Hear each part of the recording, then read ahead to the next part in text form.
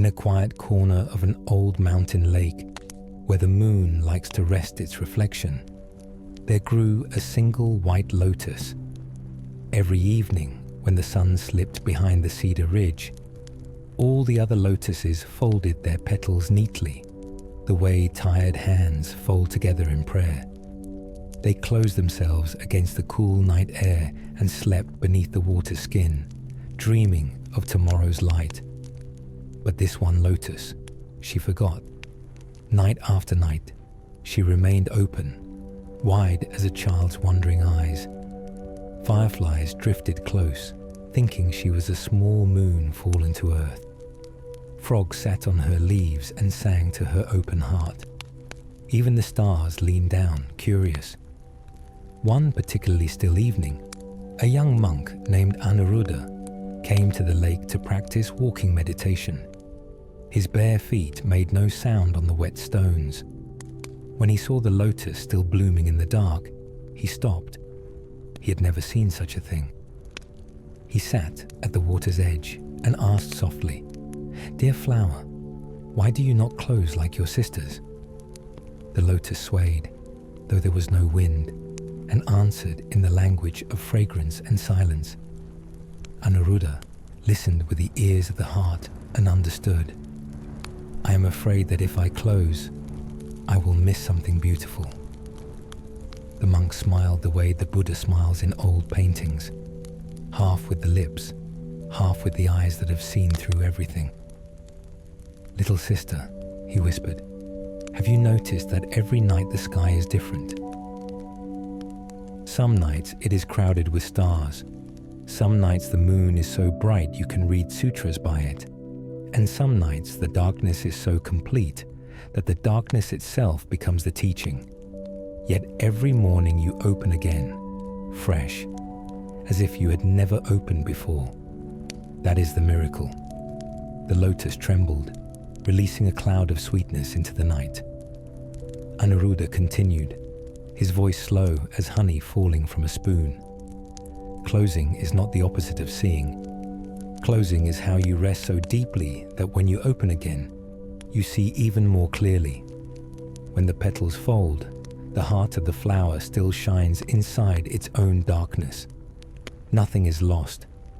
The moon does not disappear when clouds pass. It simply waits behind them, patient and whole." The lotus listened. She felt the cool night air on her open face, and for the first time, did not feel lonely in it. "Try it tonight," the monk said. "Close just a little. Trust that beauty will still be here when you wake." One by one, almost shyly, her outer petals began to curl inward. They touched, overlapped, and settled like the soft closing of hands in gasho. Slowly, slowly, the great white flower folded herself into a pale green bud once more. The lake held its breath. Anuruddha placed his palms together and bowed. Inside the closed lotus, something wonderful happened. The darkness was not empty. It was warm, moist, and full of the day's sunlight still resting in her veins. She discovered that closing was another way of opening inward, where memories of light gathered like quiet golden fish. And for the first time in many nights, the lotus slept. She dreamed of tomorrow's sun long before it rose. She dreamed of dew collecting on her leaves like tiny transparent Buddha realms. She dreamed of the monk walking slowly around the lake, his footsteps the gentle heartbeat of the world. When dawn finally came, soft rose, then peach, then gold, the lotus opened again. But this time her opening was different. It was not greedy. It was not afraid of missing anything. It was the opening of one who knows that nothing is ever truly missed, because everything returns in its time, changed yet familiar, like an old friend wearing a new robe. The other lotuses opened around her, yawning pink and white. None of them knew that their sister had learned the secret of closing, but the lake knew, the cedar trees knew, and Anuruddha, sitting in meditation on the far shore, felt the whole valley smile. That morning, the lotus was more radiant than ever because she had rested in her own darkness and discovered it was not dark at all. Far up in the misty hills, where the bamboo grows so thick that even thoughts get tangled, there lived an ancient turtle named Kala. His shell was the color of storm clouds just before rain, and it carried the rings of more than 300 seasons. Every evening, when the sky turned the color of peach blossoms, Kala would climb the same smooth rock that jutted over the still mountain pond and sit there until the stars came out. He did not move much. Turtles rarely do. But inside his slow heart, something moved all the time. Longing. Every night the moon laid its perfect circle on the water, bright and unbroken. And every night Kala stared at it with eyes that had seen empires of men rise and crumble like sandcastles. "I want to hold that moon," he said to the quiet water. "Just once. I want to carry it on my back so that even when clouds come, I will still have light." The frogs heard him. The dragonflies heard him.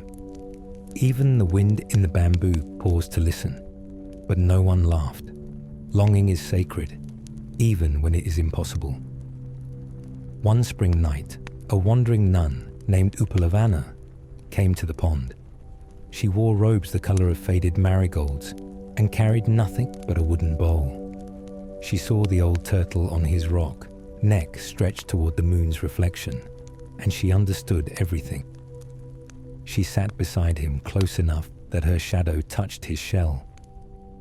"Grandfather Turtle," she said gently, "why do you reach for something you already carry?" Kala turned his ancient head very slowly. "I carry only this cracked shell and a few memories of rivers that no longer exist." Upalavana smiled the way morning smiles at dew. "Look into the pond again, but this time look with the eyes of not wanting." The turtle blinked. It took a long time for a turtle to blink, and when he opened his eyes again, the world felt different. The nun continued, her voice soft as moth wings. "That moon you love is not in the water. The water only shows you what is already in your mind. When your mind is still, the moon appears perfect. When your mind ripples with longing, the moon breaks into 1,000 trembling pieces. The moon has never moved. Only your heart has been running." Kala was silent for so long that a small frog fell asleep on his shell. Then he asked, "So I should stop loving the moon?" "No," the nun whispered. "Love it so completely that you no longer need to chase it. When love is complete, it becomes resting. The heart sits down the way you are sitting now, and the moon comes to live inside the sitting." She dipped her hand into the pond and lifted a palmful of water. The moon lay in it, small and perfect. "See," she said, "I did not steal the moon. It gave itself freely to this little water, because the water asked for nothing." Then she let the water fall back, drop by drop, and the moon returned to the pond without complaint. Kala watched the ripples spread and vanish. For the first time in 300 years, he felt something loosen inside his chest, like an old knot finally giving way. That night, he did not stretch his neck toward the moon. Instead, he drew his head inside his shell and closed his eyes. Inside the darkness of his own shell, he discovered something astonishing. A small, steady light. It was not bright like the full moon, but it was always there. Even when clouds covered the sky, even when storms came, even when centuries passed, it was the light of a heart that had stopped chasing.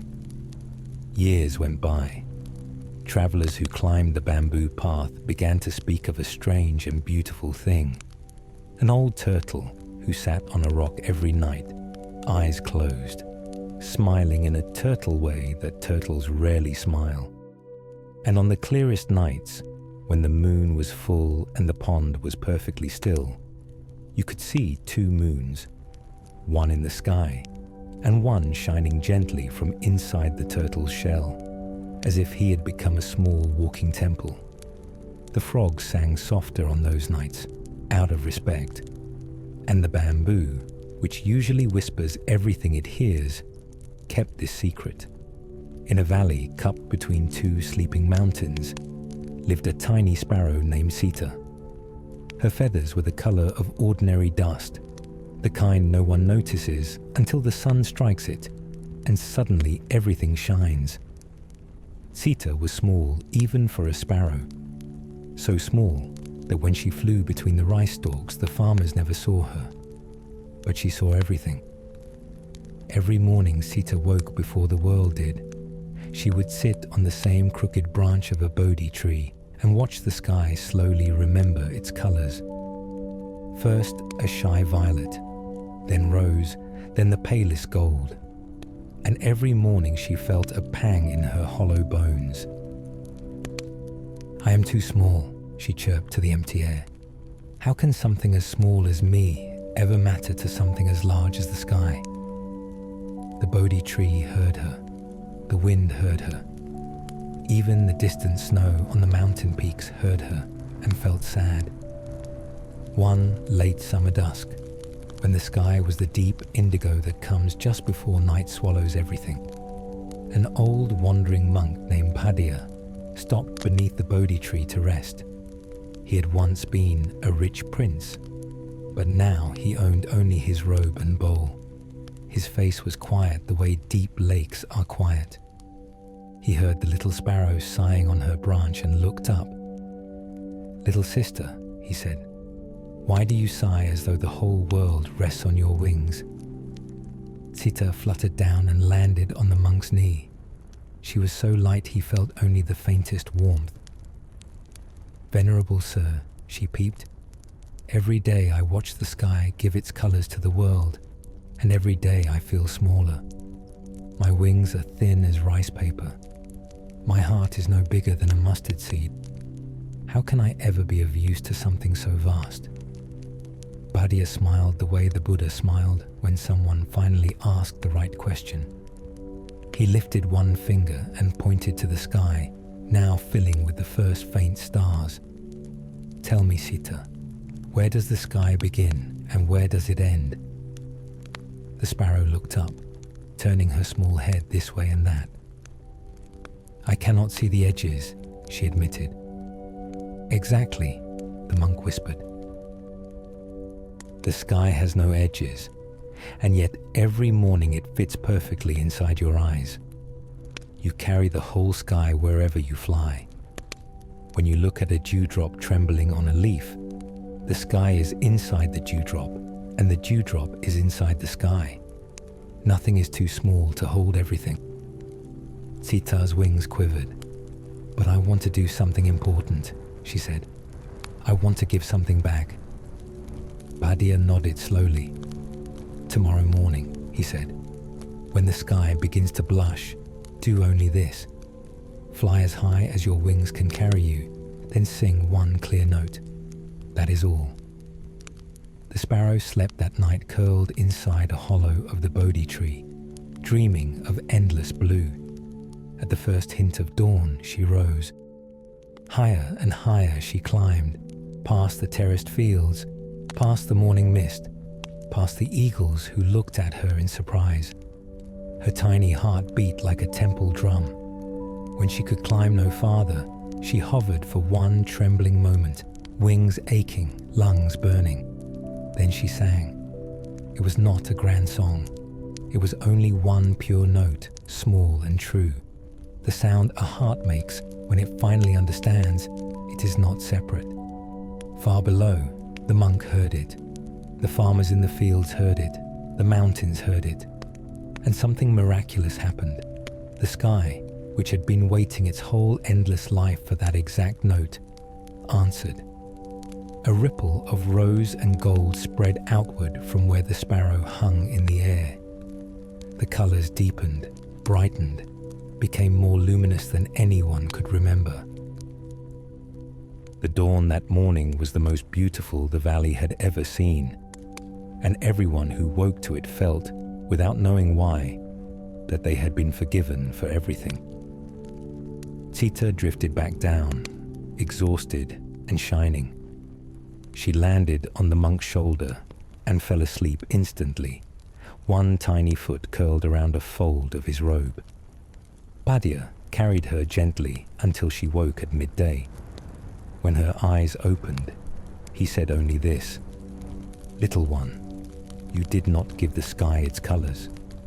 The sky gave you its colors so that you could return them, perfected by your small, brave heart. This is how the world works. Nothing is too small to carry the whole sky." From that day on, Sita never again worried about being small. Every morning she flew high and sang her one clear note. And every morning the sky answered with colors no one had ever seen before.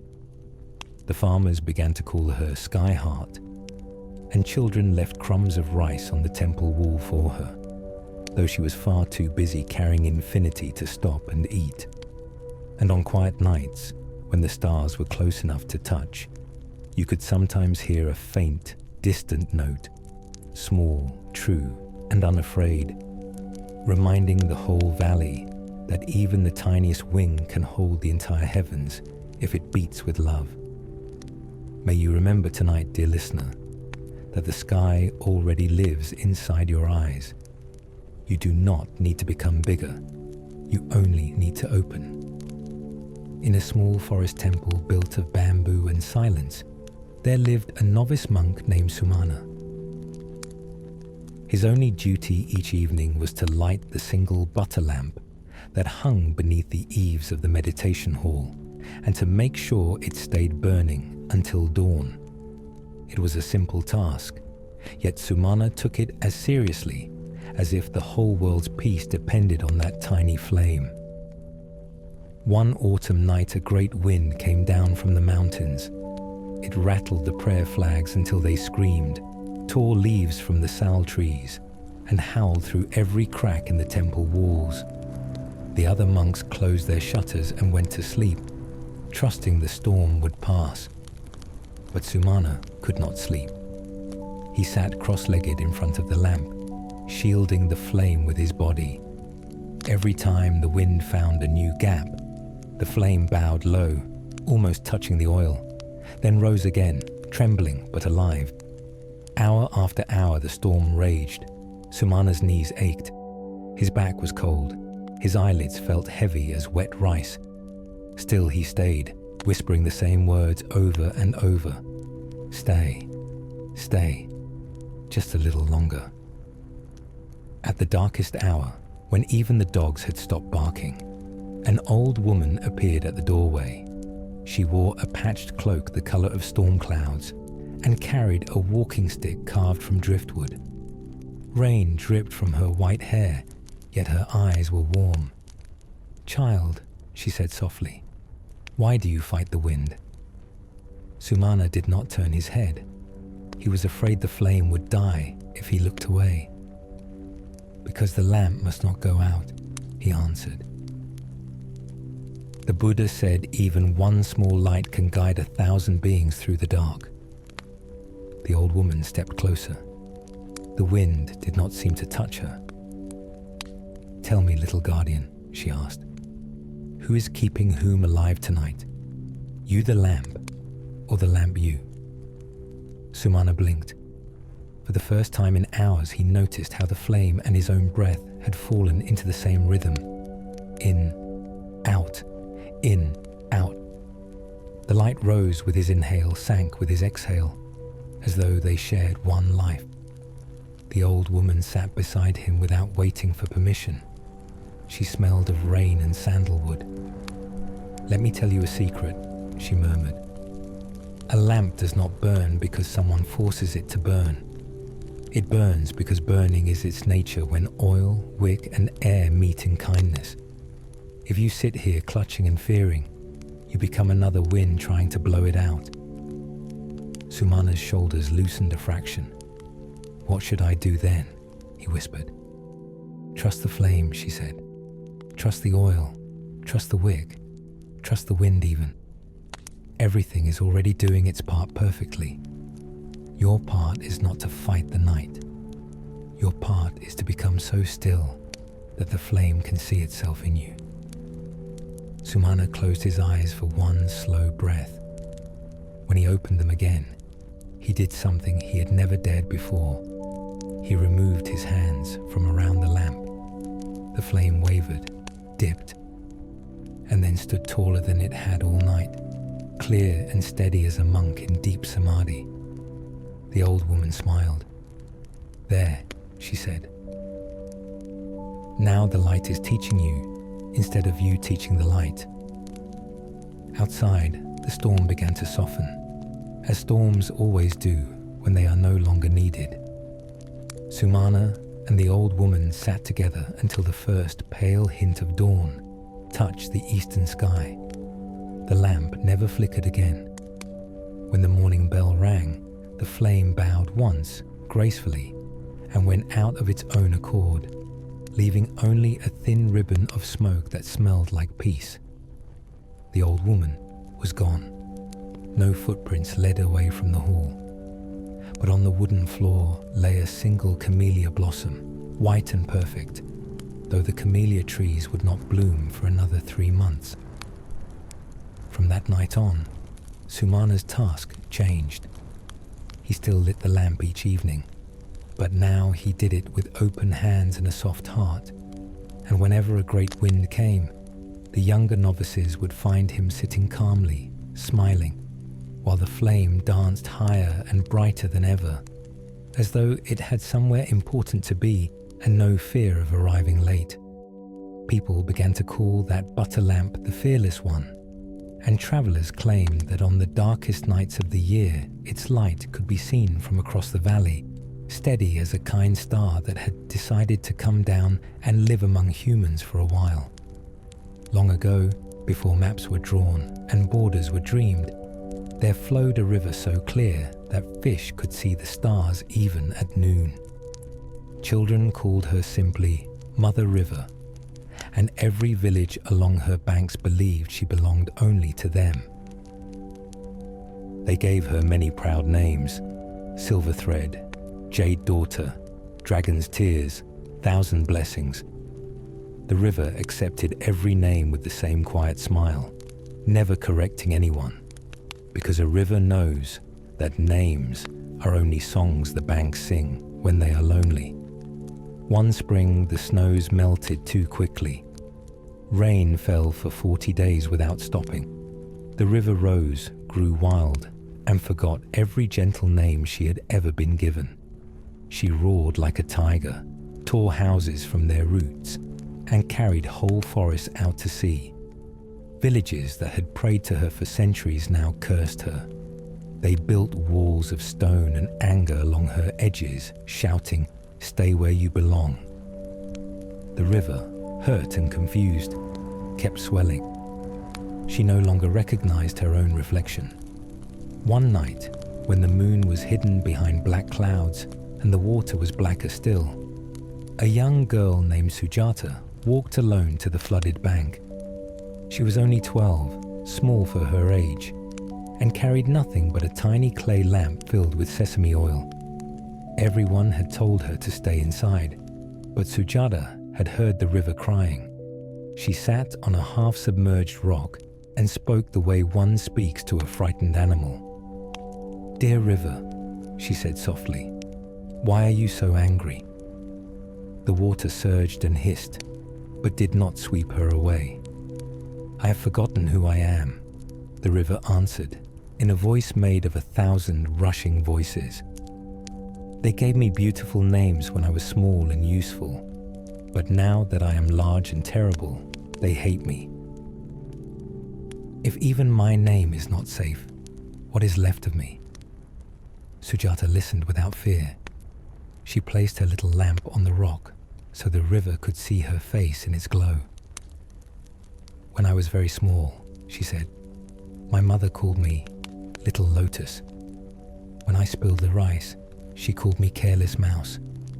When I brought her wildflowers, she called me sunshine.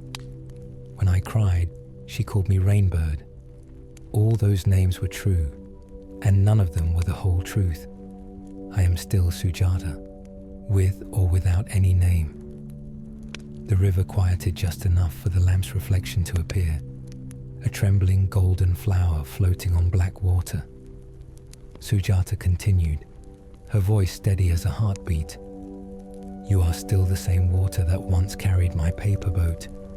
You are still the same water that reflects the moon when the moon is kind, rising and falling, gentle and fierce. These are only clothes you wear.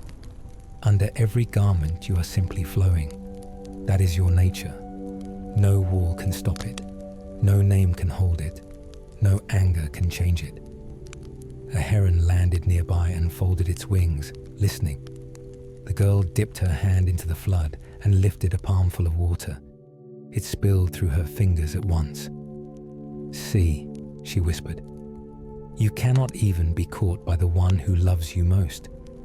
How then can anyone own you, or blame you, or make you forget yourself? For a long moment, the night held its breath. Then something immense and gentle happened. The river sighed, a sound like 10,000 mothers laying down their worry. The wild current slowed. The walls the villagers had built began to crumble, not from force, but from sudden uselessness. Water found its old paths again, slipping around stones it had known for centuries, remembering the curves of the valley the way a hand remembers a lover's face.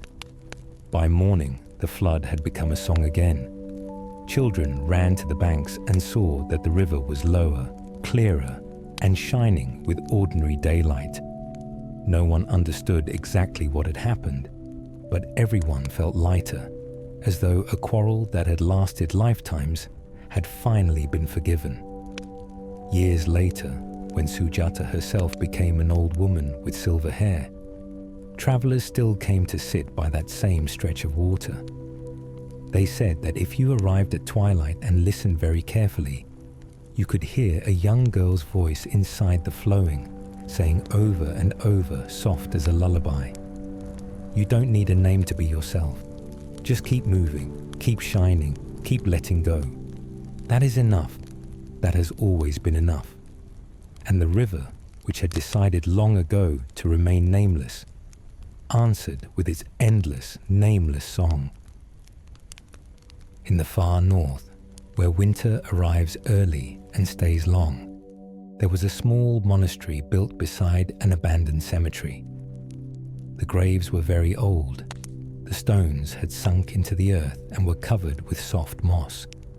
No one feared the place. The dead had become neighbors who never complained about noise. One winter evening, a traveling monk named Nagasena arrived at the monastery gate, half frozen. His feet were wrapped in rags, his bowl was empty, and snow clung to his eyelashes. The abbot welcomed him, fed him hot barley soup, and asked where he would like to sleep. Nagasena bowed low. Anywhere the community will have me, even among the old graves. The cold does not mind company. The younger monks shivered at the thought, but the abbot simply nodded and pointed to a tiny empty hut that stood inside the cemetery wall. It had been built long ago for a hermit who liked silence so much, he chose to live closer to those who already possessed it perfectly. That night, Nagasena swept the dust from the hut, lit a single candle, and lay down on the bare wooden floor. Outside, the wind moved through the pine trees like a slow bell. Snow fell without sound. At midnight, he woke, not from cold, but from the feeling that someone was watching him. He sat up and saw, in the faint candlelight, a figure sitting at the foot of his mat. It was a woman made of moonlight and shadow, neither solid nor empty. Her hair was long and uncombed, her robe the color of grave soil. Nagasena joined his palms and greeted her calmly. "Elder sister," he said, "have you come to chase me away? The ghost shook her head very slowly. I have been waiting 1,000 nights for someone who is not afraid to sleep here. Everyone else runs or prays too loudly. You simply sleep. Why is that? Nagasena smiled in the dark. Because I have already died many times today, he answered. When I left my home village, I died to being a son. When I shaved my head, I died to being beautiful. When I took the robes, I died to owning anything. Each breath is a little death, each exhalation a farewell. By the time night comes, I am already an old friend of leaving, so your cemetery feels like home. The ghost listened without blinking. I died unhappily, she whispered. I was young, I was angry. I clutched at life the way a drowning person clutches at water. Now I am stuck between, neither here nor there. Nagasena lay back down and patted the floor beside him. Then rest here tonight, he said. There is room. The floor is hard, but death has always been hard. We can be hard together until it softens. The ghost hesitated, then lay down beside him, though she cast no shadow and took up no space. For a long while neither spoke. Snow kept falling. The candle burned lower. Finally the ghost asked, "Will I ever be free?" Nagasena's voice was already sleepy, drifting toward dreams. "Freedom is not a place we arrive at," he murmured. "It is the moment we stop waiting to arrive." When you stop clutching, even at sorrow, you will discover you are already on the other shore. But tonight, just sleep. Even ghosts grow tired. He began to breathe slowly, in and out, like waves that have forgotten the shore exists. The ghost listened to his breathing. She had not breathed in centuries. Slowly, carefully, she tried to copy him. In, out, in, out. At first, nothing happened. Then something astonishing. The air around her began to feel warm, almost alive. Her clenched phantom fingers loosened. Her centuries of anger became very small, like a child's fist opening to reveal it had been holding nothing at all. Just before dawn, the candle went out. In that last flicker, the monk saw the ghost smile. A real smile, soft and surprised. The smile of someone who has just remembered how to be human. When the morning bell rang, the monks found Nagasena asleep on the bare floor, peaceful as a child. Beside him, the wooden mat was empty, but the air smelled faintly of lotus, though it was deep winter, and no lotus had bloomed within 1,000 li. From that day on, the little hut in the cemetery was never cold again. Travelers who spent the night there woke refreshed, saying they had dreamed of a kind woman who sat by their pillow and breathed with them until all fear dissolved.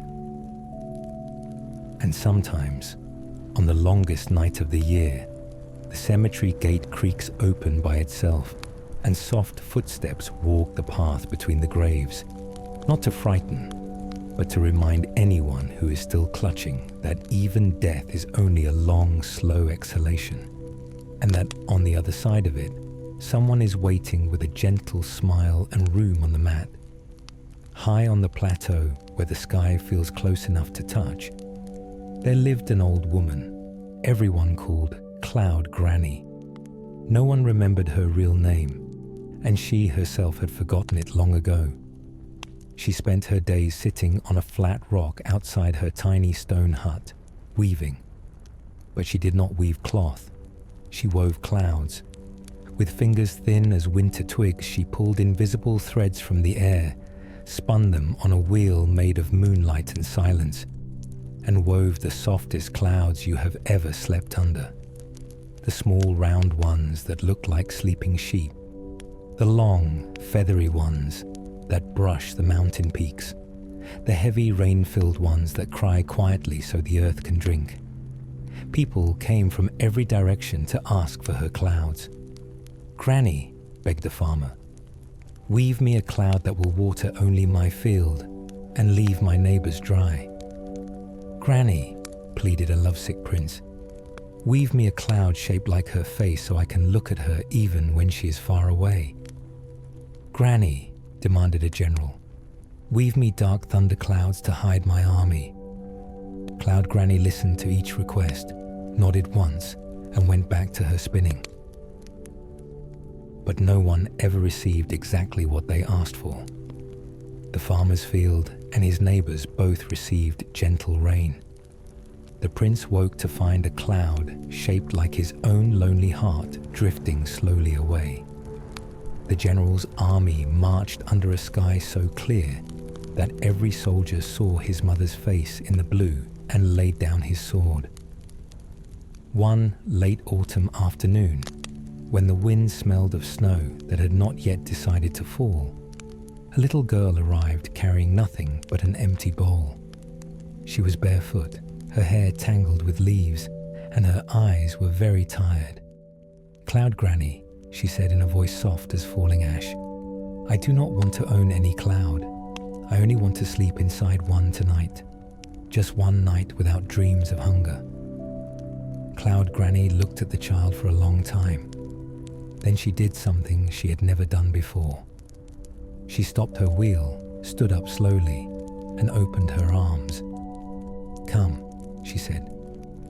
She led the girl inside the hut, where hundreds of half-woven clouds floated like sleepy ghosts. In the center hung the largest cloud anyone had ever seen, round and glowing like a second moon. It was the cloud Cloud Granny had been saving for herself, the one she planned to ride when her body finally grew too heavy for the earth. Without a word, she lifted the child and placed her gently into the cloud's soft heart. The girl sank until only her small face showed, peaceful as a lotus in still water. "Sleep, little one," Cloud Granny whispered. "This cloud has no owner. It belongs to anyone who is tired enough to rest." The girl's eyes closed at once. A small sigh escaped her lips, the sound a bird makes when it finally finds its nest after a long storm. Cloud Granny sat beside the cloud all night, guarding the child's sleep, the way a mother guards a candle in wind. She did not spin. She did not weave. She simply watched the slow rise and fall of the little chest inside the cloud. At dawn, the girl woke, stretched, and smiled a smile that had forgotten how to be afraid. "Thank you," she said. "I dreamed I was the sky itself, and everything hurting in the world was only a tiny cloud passing through me." Cloud Granny nodded, tears shining in her old eyes. "That is the only cloud worth weaving," she said. From that day on, Cloud Granny's hut was always open. Travelers, widows, orphans, even foxes with torn fur came and slept inside her clouds. She never asked their stories. She only asked them to leave the door open when they left, so the next tired one could find the way. And when, many winters later, Cloud Granny herself grew too weary to sit at her wheel, the children she had sheltered carried her gently to the great cloud in the center of the room. She lay down, smaller than the smallest child had ever been, and closed her eyes. The cloud lifted silently, passed through the roof without breaking a single tile, and rose into the morning sky. Those who looked up that day saw the most beautiful cloud they had ever seen. Perfectly round, perfectly white, perfectly still, drifting west toward the pure land with no hurry at all. If you look carefully on quiet evenings, you can still see it sometimes, far above the mountains, glowing softly. Old people say that if you are very tired and very kind, the cloud will descend just enough for you to rest inside it for one night. You will wake feeling as though every sorrow you ever carried has been gently unraveled and rewoven into light. In the heart of a great forest of teak and sandalwood lived a young bull elephant named Damika. He was the color of storm clouds at dusk, with tusks like fresh crescent moons, and when he walked, the earth remembered it was alive. all creatures loved him, for he moved slowly and never crushed even an ant if he could help it. Yet Dhammika carried one strange fear. Lotus flowers. Whenever the path led past a quiet pond where lotuses opened their pale hearts to the sun, Dhammika would stop, ears flapping nervously, trunk curled tight against his chest. He would not step closer. If the wind carried the sweet scent of lotus, he would trumpet softly in distress and back away. The other elephants laughed kindly. "Silly little brother," they rumbled. "They are only flowers. They cannot bite." But fear is not reasonable. Fear is an old habit wearing new clothes. One monsoon evening, when the rain fell straight and warm like mercy itself, an old nun named Patakara came walking through the forest. She wore a robe patched from discarded cloth and carried a palm leaf umbrella that had more holes than leaf. She saw the herd at the edge of a large lotus pond and noticed one young elephant standing far back, trembling while the others bathed and played. Patakara walked straight to Dhammika, unafraid. Elephants feel goodness the way we feel warm sunlight, and Dhammika felt it now. He lowered his great head until his trunk touched the ground in greeting. "Child," the nun said softly, placing one small hand on the tip of his trunk, "what frightens you here?" Dhammika's voice rumbled out low and ashamed. "The lotuses, revered one. When I was small, I stepped into a pond and the flowers closed over my feet. I thought I would sink forever and never see my mother again. Since then, I cannot go near them." Patakara nodded as though this were the most ordinary thing in the world. "Will you come with me now?" she asked. "Only 3 steps. That is all I ask." Dhammika hesitated, then placed one huge foot forward, then another, then the third. He stopped at the very edge of the pond, trembling so mightily that ripples spread across the water and the lotuses swayed like dancers. Patakara sat down in the mud without caring about her robe and patted the ground beside her. Slowly, slowly, Dhammika folded his giant body until he too was sitting, trunk resting across his knees like a tired child. "Look," the nun whispered. She reached out and gently touched the nearest lotus. Its petals were the tender pink of dawn's first blush. Nothing happened. The flower did not close. It did not bite. It simply rested on the water, open and trusting. "See how it floats," Patakara said. "It has no roots holding it down, yet it does not sink.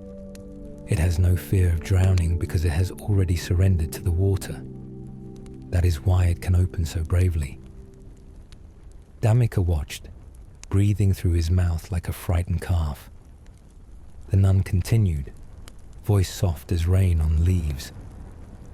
"Your fear is like an old root you still believe is holding you. But look inside, dear one. That frightened baby elephant is no longer here. Only this great, kind body remains. The lotus cannot hurt you now. And even if the water closed over you, you are strong enough to stand." Dhammika extended his trunk very slowly. The tip hovered above the lotus, trembling. Then, with infinite care, he touched one petal. It was cool and silky, like the ear of his mother when he was small. Nothing bad happened. He touched another petal, then another. Slowly, his trunk relaxed. He let it rest on the flower the way one rests a weary head on a pillow. A small sound escaped him, half sigh, half trumpet of wonder. Patakara smiled. "Now breathe with the lotus," she said. Dhammika breathed in. The lotus seemed to breathe with him. He breathed out. The lotus rested. For a long time, elephant and flower sat breathing together, while the rain became a lullaby. When the moon rose, round and white as a giant lotus in the sky, Dhammika did something no one in the herd had ever seen. He walked forward into the pond until the water reached his belly. One by one, he gathered lotuses with his trunk and placed them gently on his broad head, his back, his shoulders, until he wore a crown and cape of flowers. The other elephants watched in silent awe. Then Dhammika turned to Patakara, bowed so low that the lotuses showered around him like soft rain, and rumbled, "Thank you, little mother. I am no longer afraid to be beautiful." From that night on, travelers in the forest would sometimes meet a great bull elephant wearing lotuses like jewels, walking slowly so as not to bruise a single petal. They said that if you were weary or ill, he would lift you gently with his trunk, place you among the cool flowers on his back, and carry you through the night until all fear melted like mist at sunrise. And whenever baby elephants in the herd showed fear of anything, the older ones would lead them to the lotus pond at twilight and tell them the story of Dhammika, who learned that the things we are most afraid of are often the very things waiting to adorn us with kindness. In a village folded between bamboo hills lived a boy named Kundal. He was 9 years old, thin as a reed, and had eyes the color of rain about to fall. Every morning he carried a small clay bowl through the forest to the temple on the hill, offering whatever his mother had cooked, sometimes rice with lentils, sometimes only a few wild greens and salt. He never complained, because he believed every grain he gave away came back as space in his heart for something larger. One late afternoon, returning home along the narrow path, Kundal heard a sound that made the birds stop singing, a low, trembling growl. He turned and saw a tiger blocking the way. The great cat was old, ribs showing like the bars of a forgotten cage, one hind leg dragging. Its eyes were clouded with hunger and pain, yet still fierce. Any other child would have run. Kundal stood very still, bowl in both hands. The tiger took one limping step forward and spoke in a voice dry as dead leaves. "Little human, I have not eaten in 7 days. I am too weak to hunt. If you do not give me your food, I will have to eat you instead. Forgive me." Kundal looked at the tiger. He looked at his bowl. Only a handful of cold rice and a single pickled mango. Then he did something no one in the village would ever believe.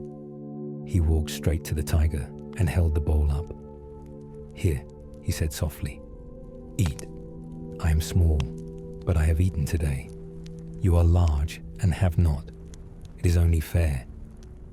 The tiger stared astonished. Its whiskers trembled. "You are not afraid I will eat you anyway?" Kundala shook his head. "If you eat me after I have shared, then hunger has won twice. I would rather hunger lose once." The tiger lowered its great head and ate slowly from the bowl, careful not to let its fangs touch the boy's fingers. When the last grain was gone, it licked the clay clean and sat back on its haunches. "I am ashamed," it rumbled. "I, who once made forests tremble, am fed by a child." Kundal sat down cross-legged in front of the tiger, unafraid. "Grandfather Tiger," he said, "why do you hunt alone when you are hurt?" The tiger's ears drooped. "My mate died last winter. My cubs were taken by poachers. Pride kept me from asking for help. Pride is a heavier burden than hunger." Kundal thought for a moment. Then he did something even stranger. He stood, walked behind the tiger, and gently placed his small hands on the wounded leg. The tiger stiffened but did not move. "I will come every day," the boy whispered, "and bring food until you are strong. But you must promise to let me wash and bind this wound. Deal." The tiger was silent so long that dusk began to gather. Finally, it bowed its head until its forehead touched the earth in front of the child. "Deal," it said, and for the first time in years, its voice did not sound like death. From that day on, anyone traveling the forest path at twilight would see an astonishing sight. A thin boy walking slowly, a huge, limping tiger beside him like a faithful dog. The boy carried a bowl in one hand. In the other, he held a strip of clean cloth and a small jar of herbal salve his mother had given him without asking questions. Villagers whispered that Kundal had tamed a man-eater. Kundal never corrected them. He knew the truth. He had simply refused to let hunger, any kind of hunger, stay lonely. Weeks passed. The tiger's coat grew sleek again. The leg healed straight and strong. One evening, when the moon was full and round as a bowl of milk, the tiger led Kundal to a hidden glade where something glowed softly under a salad tree. Two tiny tiger cubs, barely larger than house cats, their eyes still blue with newness. "My daughter's cubs," the tiger explained. "She hid them here before the poachers came. I have guarded them in secret, but I am old. When I am gone, who will teach them not to fear humans and not to be feared?" Kundal looked at the cubs tumbling over each other like orange clouds. He looked at the old tiger, whose eyes now shone with tears instead of hunger. "I will," he said simply, and he did. Years later, travelers passing through those hills told of a young man who walked with 3 tigers, one old and grey-muzzled, 2 strong and playful, as though they were family. Farmers left bowls of rice and fruit at the forest edge without fear. Children fell asleep to stories of the boy who fed a hungry tiger and received an entire lineage of guardians in return. And on quiet nights, when the wind moves softly through bamboo, you can sometimes hear a deep, gentle rumbling that sounds almost like purring, and a boy's voice, now deeper but still kind, answering, "Hunger and kindness are the same road, grandfather. One direction leads to eating alone. The other leads to never eating alone again." In a valley so high that clouds sometimes forgot to leave, there was a monastery made entirely of silence. The monks who lived there had taken a vow never to speak with words. They communicated only with eyes, hands, and the slow ringing of bells at dawn and dusk. Visitors said that after 3 days inside those walls, even thoughts began to speak more softly. Among the monks was a young novice named Anuruddha, whose name meant lion's roar, a name that made the older monks smile quietly, because Anuruddha had the softest voice anyone had ever heard. When he first arrived, he tried very hard to be completely silent, but sometimes, when he thought no one was listening, a tiny melody would escape his lips, light as moth wings. One winter, the deepest the valley had ever known, the great bell of the monastery cracked.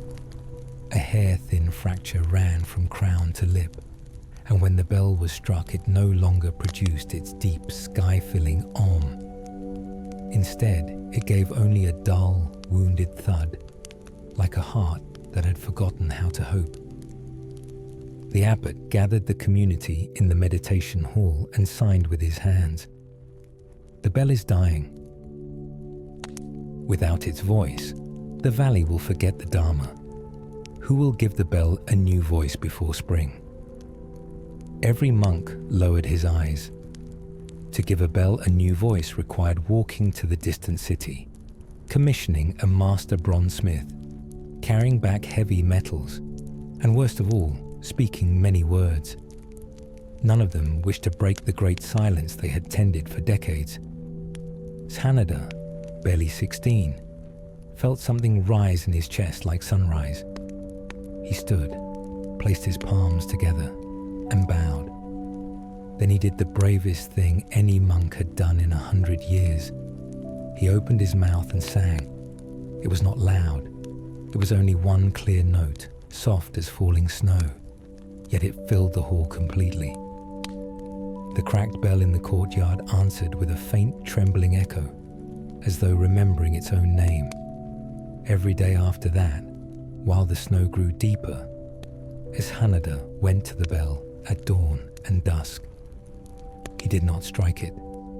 He simply sat before it and sang, one pure note that changed slightly each time, like a bird learning a new sky. Sometimes the note was high and silver, sometimes low and warm as hearthlight. The cracked bell listened.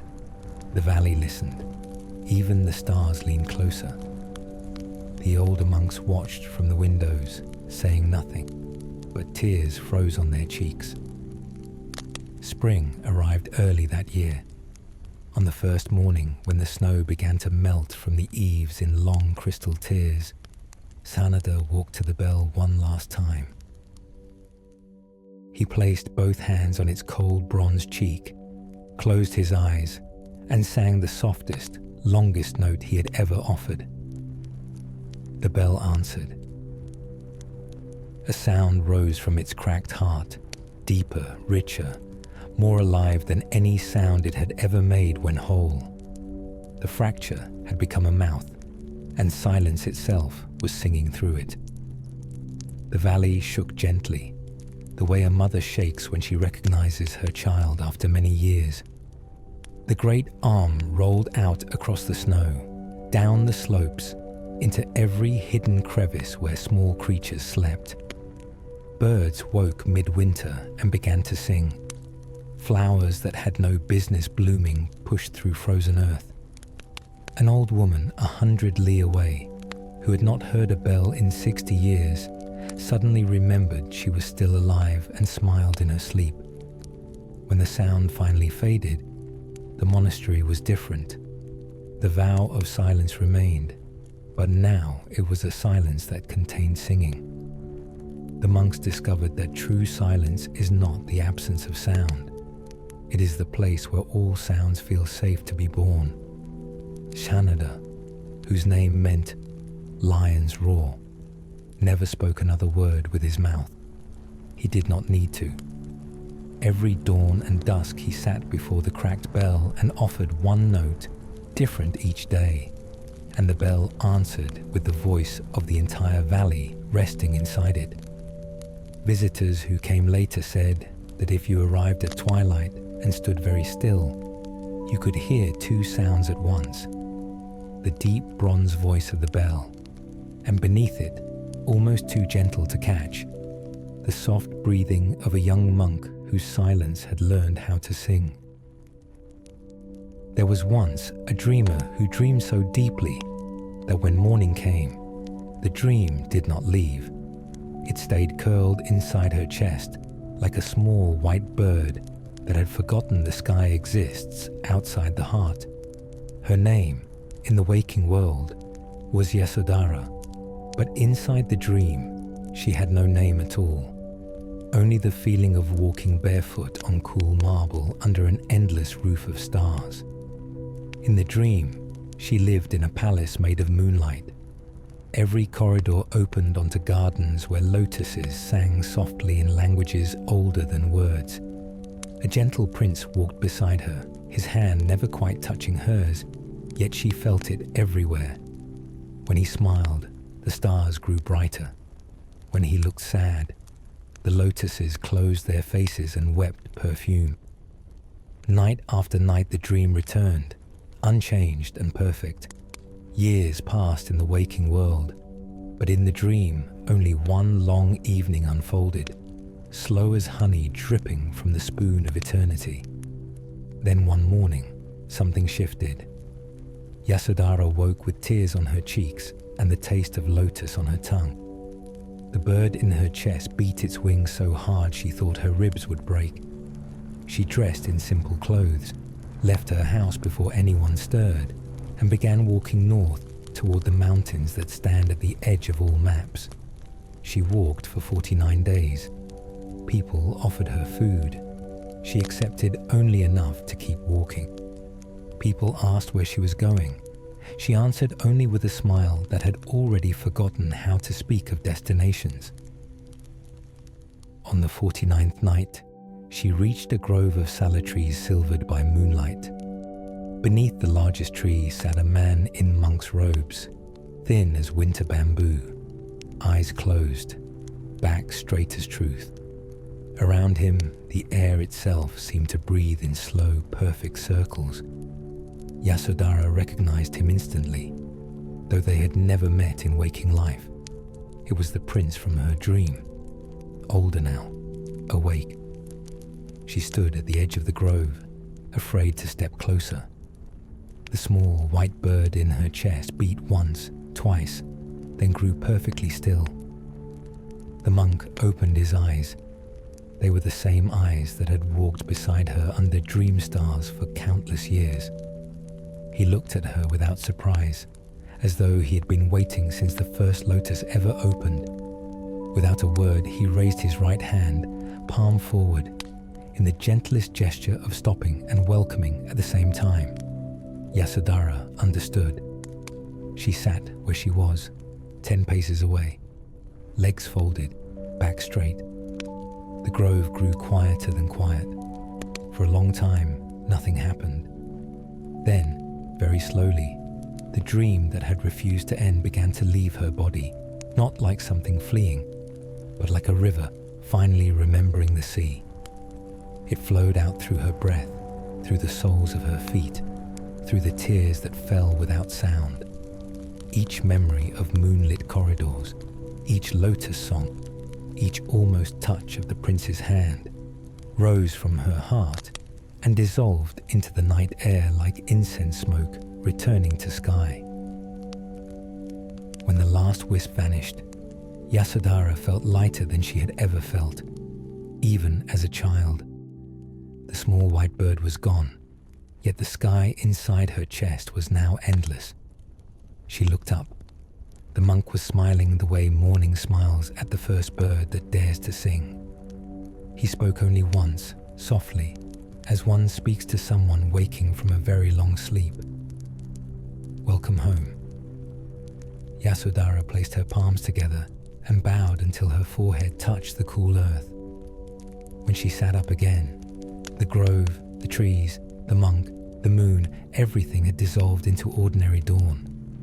Only the feeling remained, spacious, luminous, and perfectly awake. She rose, turned south, and began walking back toward the village she had left 49 days earlier. People who saw her coming said she looked exactly the same, yet somehow the road itself seemed wider wherever her feet passed. That night, and every night after, Yasodhara slept without dreams.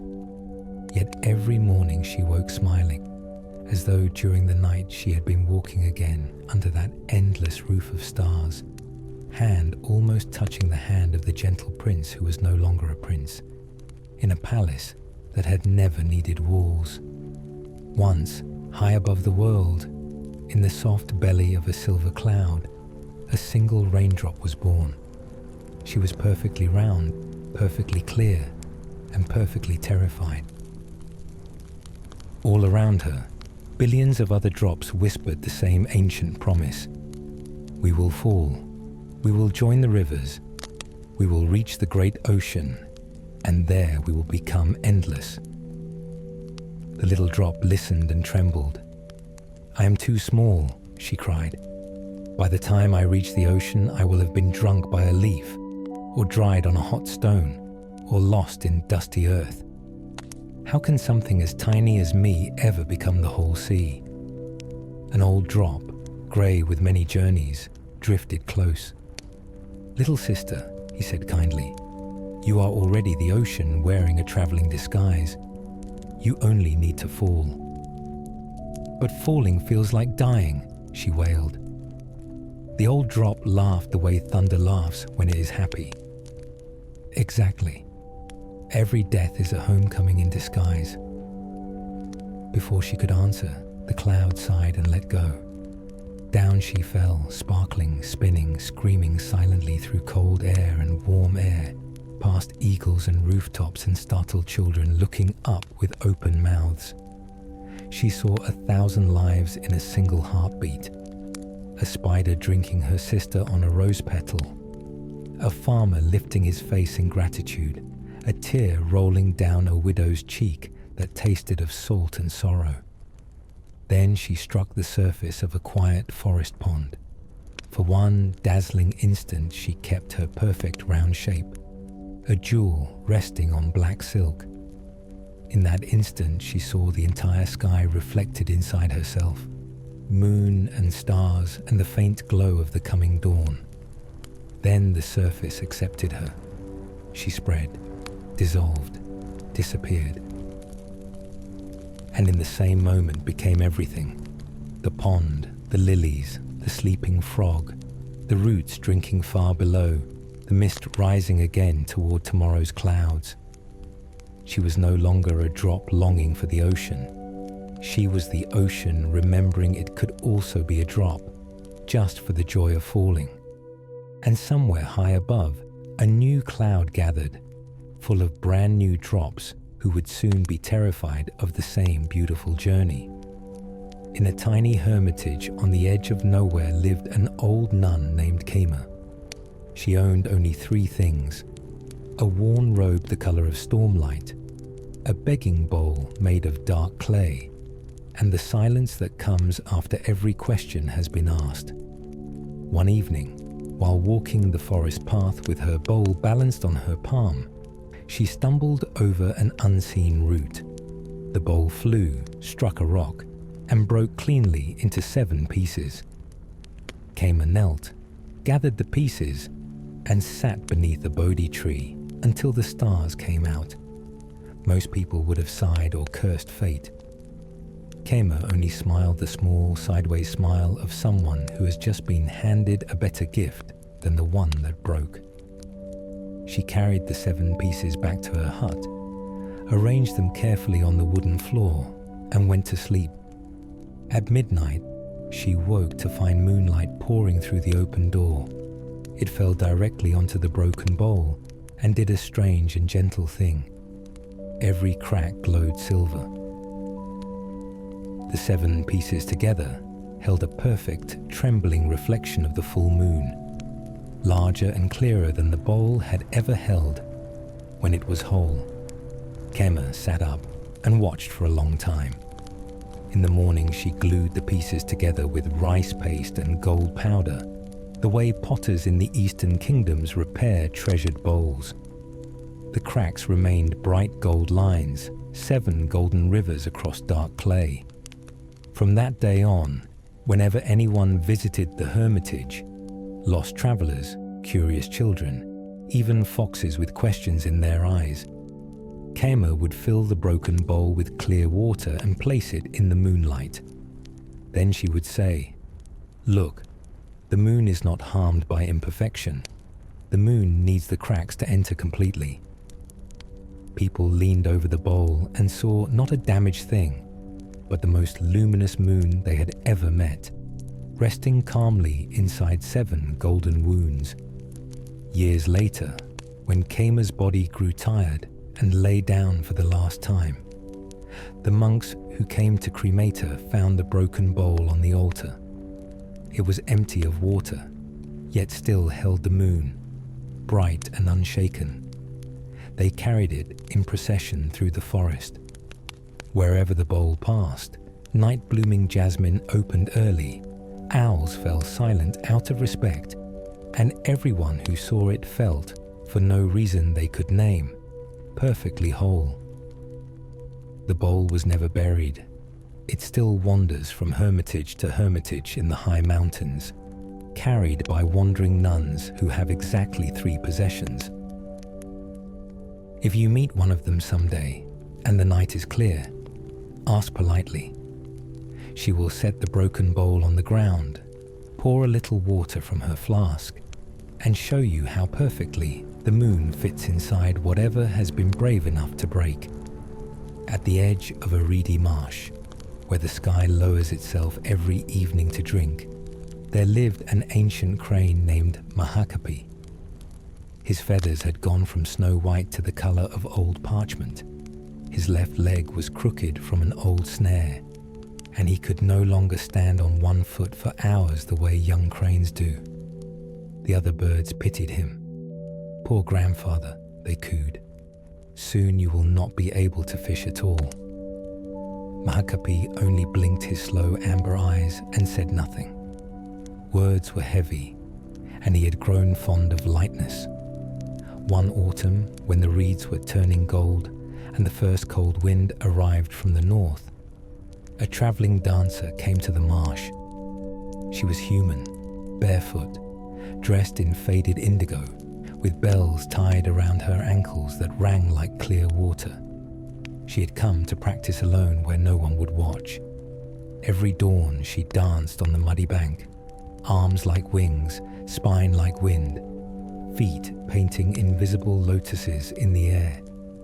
The young cranes laughed behind their wings. "Humans are clumsy," they whispered. "Look how she wobbles." But Mahakapi watched without blinking. Something inside his hollow bones began to stir. The memory of a time when cranes danced before they learned to stand still and hunt.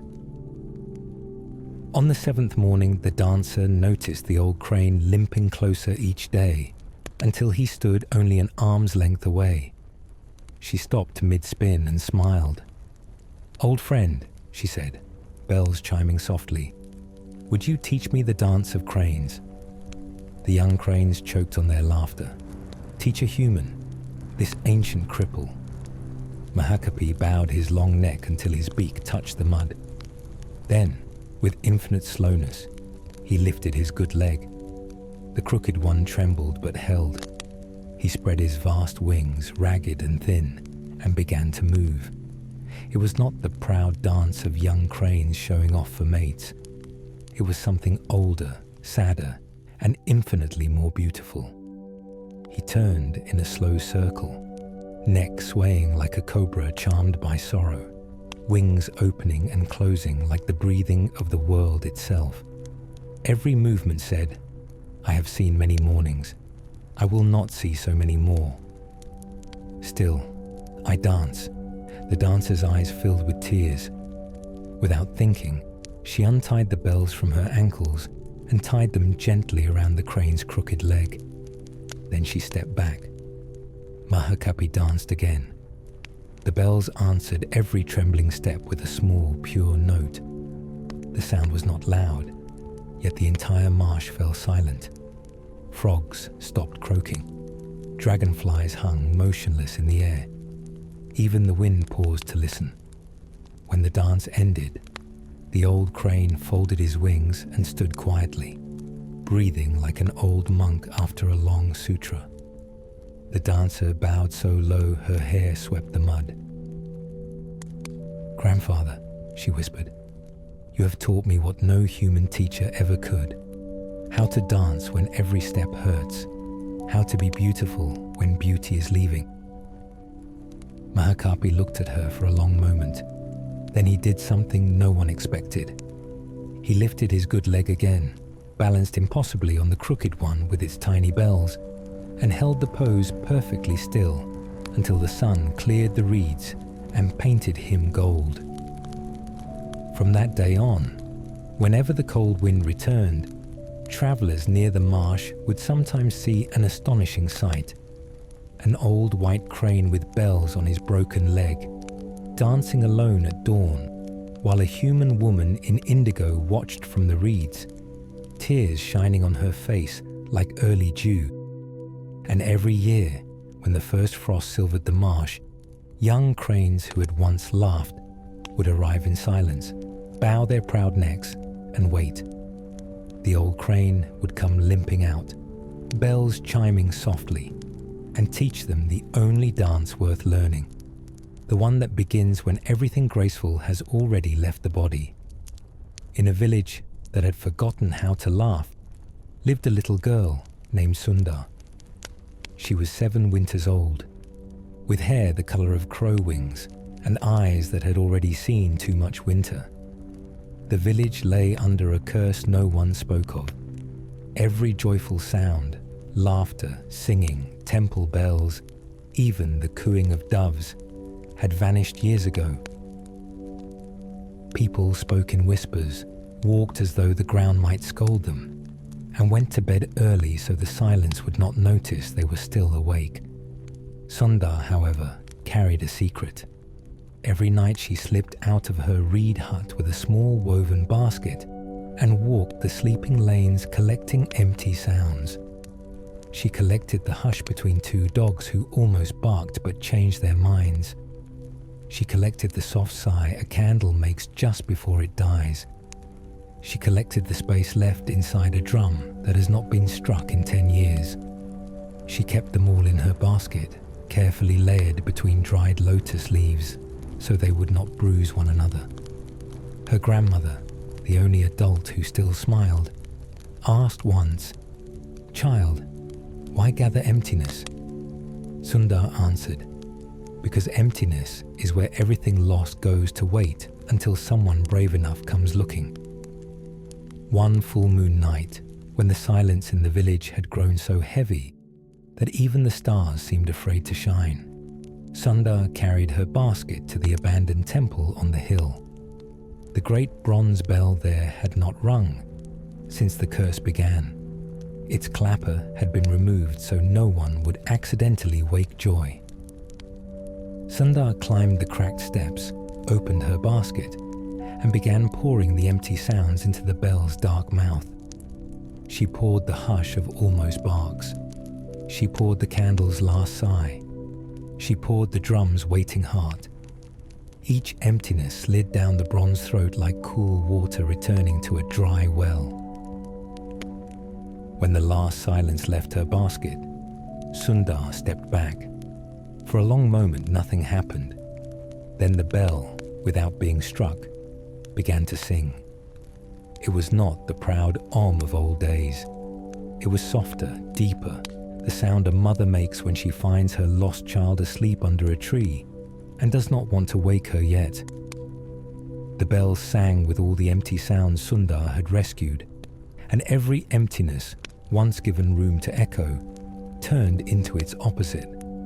Laughter, birdsong, temple chimes, children calling one another home. The sound rolled down the hill and poured into every hut. Sleeping villagers woke with smiles they did not know they still owned.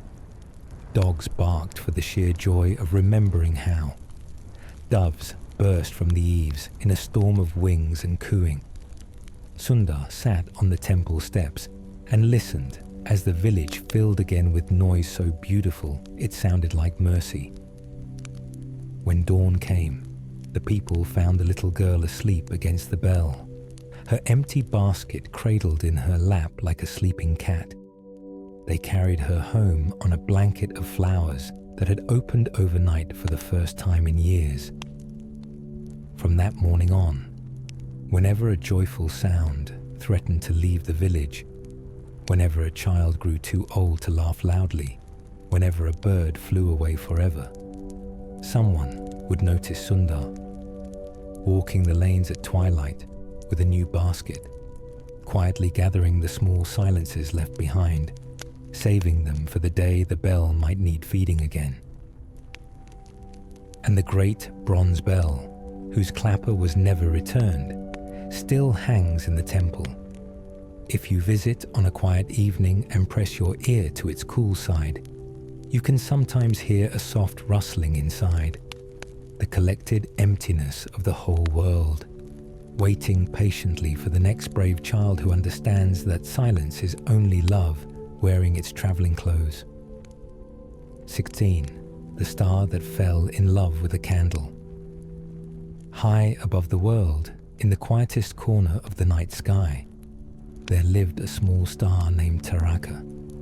She was not the brightest star, nor the largest, but she had the softest light, the color of warm milk left for a child. Every evening she rose a little later than the others, lingering on the edge of darkness because she loved watching the first lamps appear in the villages far below. One winter night, she noticed a single candle burning in the window of a tiny hut on the mountainside. It was the smallest flame she had ever seen, yet it shone with such steady tenderness that Taraka forgot to move across the sky. She simply hung there, trembling with a feeling stars rarely allow themselves. Night after night she returned to the same place, watching the candle burn lower, then be replaced by a new one. She began to dream, something stars are not supposed to do, of being small enough to sit beside that flame, to feel its warmth instead of only giving light from afar. One evening the wind was fierce. The candle in the window bowed, flickered, and went out. Darkness rushed into the hut like a thief. Taraka felt the darkness as though it had entered her own heart. Without thinking, she let go. She fell. Down, down, faster than comets, trailing silver tears that became shooting stars for everyone watching below. She aimed straight for the dark window, shrinking as she fell, until she was no larger than a spark. She slipped through the crack in the shutter just as the last ember in the hearth died. Inside, an old woman slept in her chair, hands folded, breathing slow. On the table lay the dead candle, a thin ribbon of smoke still rising from its wick. Taraka landed gently on the wick. For a moment she was only warmth, only light trying to remember how to be small. Then she burned. The candle flame rose again, brighter than it had ever been, the color of warm milk and starlight combined. The old woman woke, smiled without surprise, and trimmed the wick with steady fingers. She lit every lamp in the hut from that one flame, then carried a lantern outside and lit her neighbor's lamp, who lit another and another, until the entire mountain glowed like a second sky lying on the earth. High above, the other stars looked for Taraka and could not find her. They thought she had gone out forever. They dimmed in sorrow, but the old woman knew better. Every night she placed a fresh candle in the window and whispered, "Thank you for coming all this way." And every night the candle burned with the steady, tender light of a star that had chosen closeness over distance. Years passed. The old woman died peacefully one spring morning, smiling at the window where the candle still burned though no human hand had lit it. The hut was empty after that, yet the candle never went out. Travelers climbing the mountain path at night would see it glowing softly, guiding them through snow and darkness. Some say if you sit quietly beside that candle long enough, you can hear a faint, happy voice singing inside the flame, a voice no larger than a spark, content at last to be exactly where it is, in the middle of a great desert where even memories of water feel like dreams, grew a single ancient banyan tree named Mahabodhi. Its branches spread wide enough to shelter 1,000 travelers. Its aerial roots hung like gentle curtains, and its leaves whispered the only shade for 100 leagues. Caravans called it the Mercy Tree. Camels wept when they saw it. People left offerings of water, cloth, and songs at its base, though no one knew who had planted it or how it survived. One year the drought grew cruel beyond telling. Wells turned to dust. Rivers became stories. The tree's leaves began to curl and fall like brown prayers. A young camel driver named Rahula watched the tree suffering and felt his heart break, the way only a child's heart breaks, completely and without warning. That night, while the caravan slept, Rahula filled his leather water skin to the brim, walked to the tree, and began pouring water slowly, carefully, over every exposed root he could reach. He did this every night for 40 nights, giving the tree his own share of water, growing thinner and quieter with each moon. On the 41st night the tree spoke. Its voice was the sound of wind moving through 10,000 leaves at once. "Child," it rustled, Why do you kill yourself to keep me alive? Rahula knelt, palms pressed to the dry earth. Because you have given shade to my mother, my grandmother, and her mother before her. If you die, the desert wins forever. I would rather be thirsty than let the desert win. The tree was silent for a long time. Then something astonishing happened. One by one, its great aerial roots lifted from the branches, descended like green ropes, and buried themselves deep into the sand around the boy. Where each root touched earth, water began to rise. Clear, cool springs bubbling up, as though the tree were turning itself inside out to share what little it had left. By dawn, a ring of fresh springs surrounded the tree, enough for 100 caravans. Rahula drank first, then laughed the laugh of someone who has just discovered that giving and receiving are the same motion. The tree never lost another leaf. It grew wider, greener, its roots now drinking from the water it had given away. Travelers still come. They drink, rest, tie prayer ribbons in the branches. Children play in the hanging roots that once were the tree's secret veins. And if you lie very quietly beneath the widest branch at noon, when the heat is fiercest, you can sometimes hear the tree whispering to the boy who is no longer a boy. Thank you for teaching me that the safest place to keep anything is to give it away completely. 18. The shadow that wanted to stay in the light.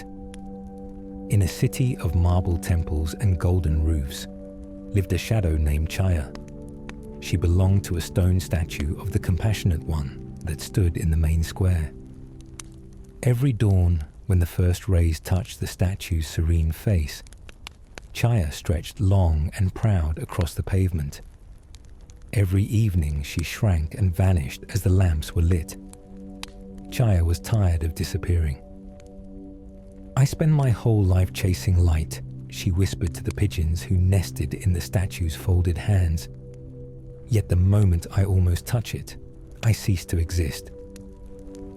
The pigeons cooed sympathetically, but had no answer. Pigeons understand bread better than metaphysics. One summer, the city decided to keep the square illuminated all night for a festival that lasted 100 days. Torches, oil lamps, and colored lanterns burned without cease. For the first time in centuries, Chaya did not vanish at dusk.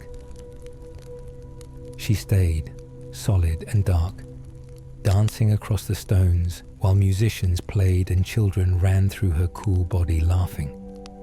Chaya was happier than any shadow has a right to be. When the festival ended and the lamps were finally extinguished, Chaya panicked.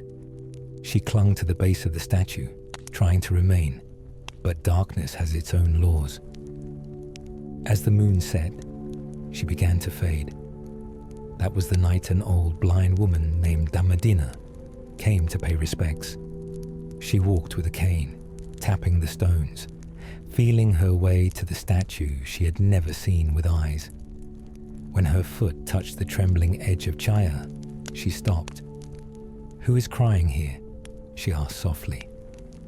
Chaya, startled that anyone could hear a shadow cry, answered in a voice like wind through dry leaves, "I am the shadow of this statue. For 100 nights I was allowed to stay in the light, and now I must disappear again. I have tasted being real.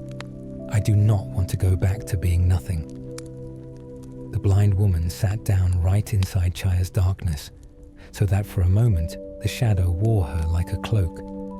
"Little sister," she said, "you have it backwards. Light does not make you real. You make the light visible. Without you, light is only blinding. Without darkness to rest in, eyes forget how to see mercy." Chaya listened, trembling. "Every morning," the woman continued, "when the sun rises and you stretch across the square, people step over you carefully so they will not hurt the Compassionate One's shadow. Old men sit in your coolness to drink tea." Children draw hearts on your surface with their fingers. You have been real every single day, only you were looking in the wrong direction for proof. As the first hint of dawn touched the eastern sky, Chaya felt herself lengthening again, growing solid and defined. But this time she did not chase the light. She rested inside it, the way breath rests inside the body. The blind woman stood, tapped her cane once, and walked away smiling. From that morning on, whenever the festival lanterns were lit again, people noticed something strange. The shadow of the great statue no longer tried to cling to the light. Instead, it lay calmly across the stones, open and welcoming, as though it finally understood that being stepped through gently is another way of being held. And on the longest night of the year, when the moon is hidden and the square is darkest, those who walk there say they can still feel a cool, tender presence underfoot, the shadow resting happily in its own darkness, dreaming of tomorrow's light without fear. 19. The boat that carried only one passenger, on the banks of the great river Ganges, in the season when the water turns the color of moonlit milk, there worked a ferryman named Bharadvaja. His boat was old, patched with palm leaves and prayers, and every day he carried people across, merchants with heavy purses, pilgrims with empty bowls, lovers running toward or away from each other, soldiers returning from wars they no longer believed in.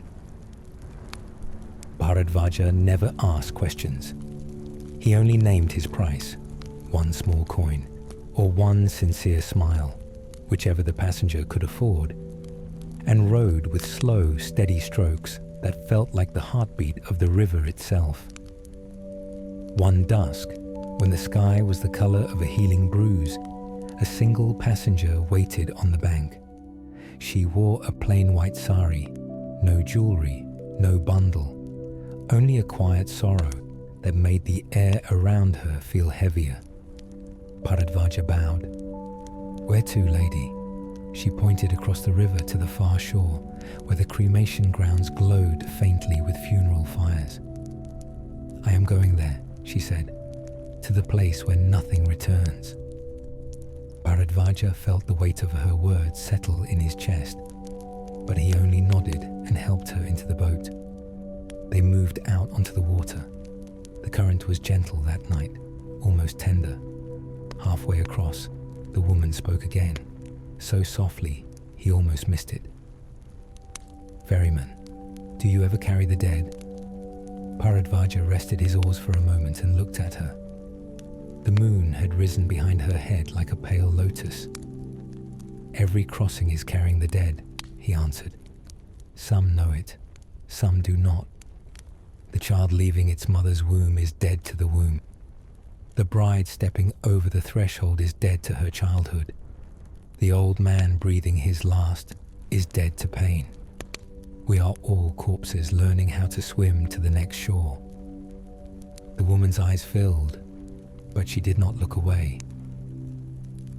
"Then why," she whispered, "do we cling so hard to the boat?" Bharadvaja smiled the small, tired smile of someone who has asked that question 10,000 times and still has no better answer than silence. He dipped one oar and turned the boat in a slow circle so that they drifted, motionless, in the middle of the river. "Look down," he said. She leaned over the edge. In the black water she saw not her reflection, but every face she had ever loved.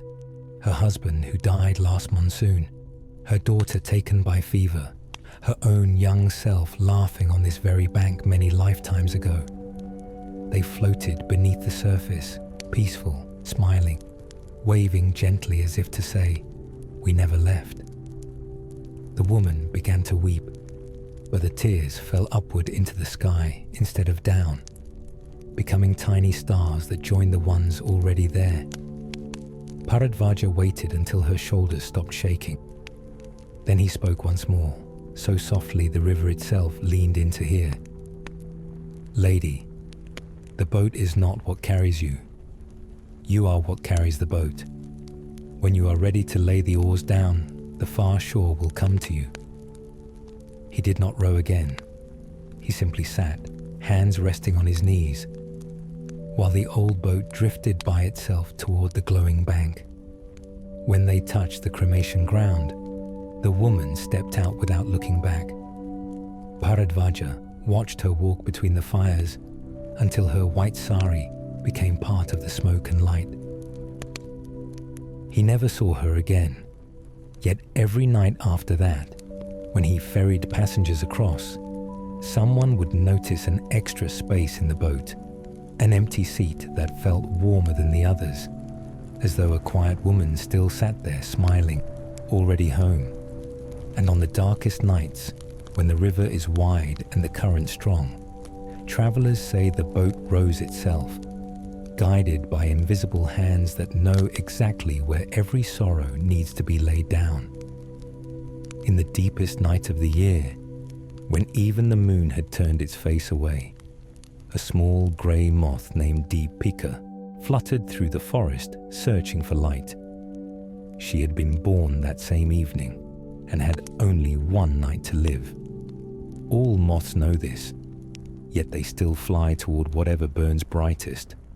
She passed many false lights, glowworms pretending to be stars, fireflies blinking love messages, the distant orange eyes of a village. None were enough. Her wings beat with the single longing every moth carries, to merge with light so completely that she would never be separate again. At the heart of the forest, she found a tiny clay lamp burning on a stone altar. An old monk sat beside it, eyes closed, palms open on his knees. The flame was no larger than a tear, yet it burned steady and clear, the color of sunrise remembering itself. Deepika circled once, twice, then flew straight into the flame. But she did not burn. Instead, something impossible happened. The flame grew larger, softer, and took the shape of a moth made entirely of golden fire. Wings of living light unfurled where her grey wings had been. She hovered above the wick, astonished, whole, luminous. The old monk opened his eyes and smiled without surprise. "Welcome home, little sister," he whispered. Deepika fluttered closer, no longer afraid. "I thought I would die," she said, and her voice was the soft crackle of a happy fire. "You did," the monk answered, "and in dying perfectly, you became what you loved. This is the secret humans spend lifetimes trying to learn." He lifted the lamp carefully and carried it through the dark forest. Wherever the moth flame flew above the wick, darkness opened like silk. Sleeping animals woke and felt peace they could not name. Trees straightened their tired branches. Lost travelers suddenly knew which way was home. By dawn, the lamp had become unnecessary. The moth flame rose gently from the wick, grew until she was large enough to light the entire valley, and settled into the sky as the morning star. The old monk bowed to the place where she had been.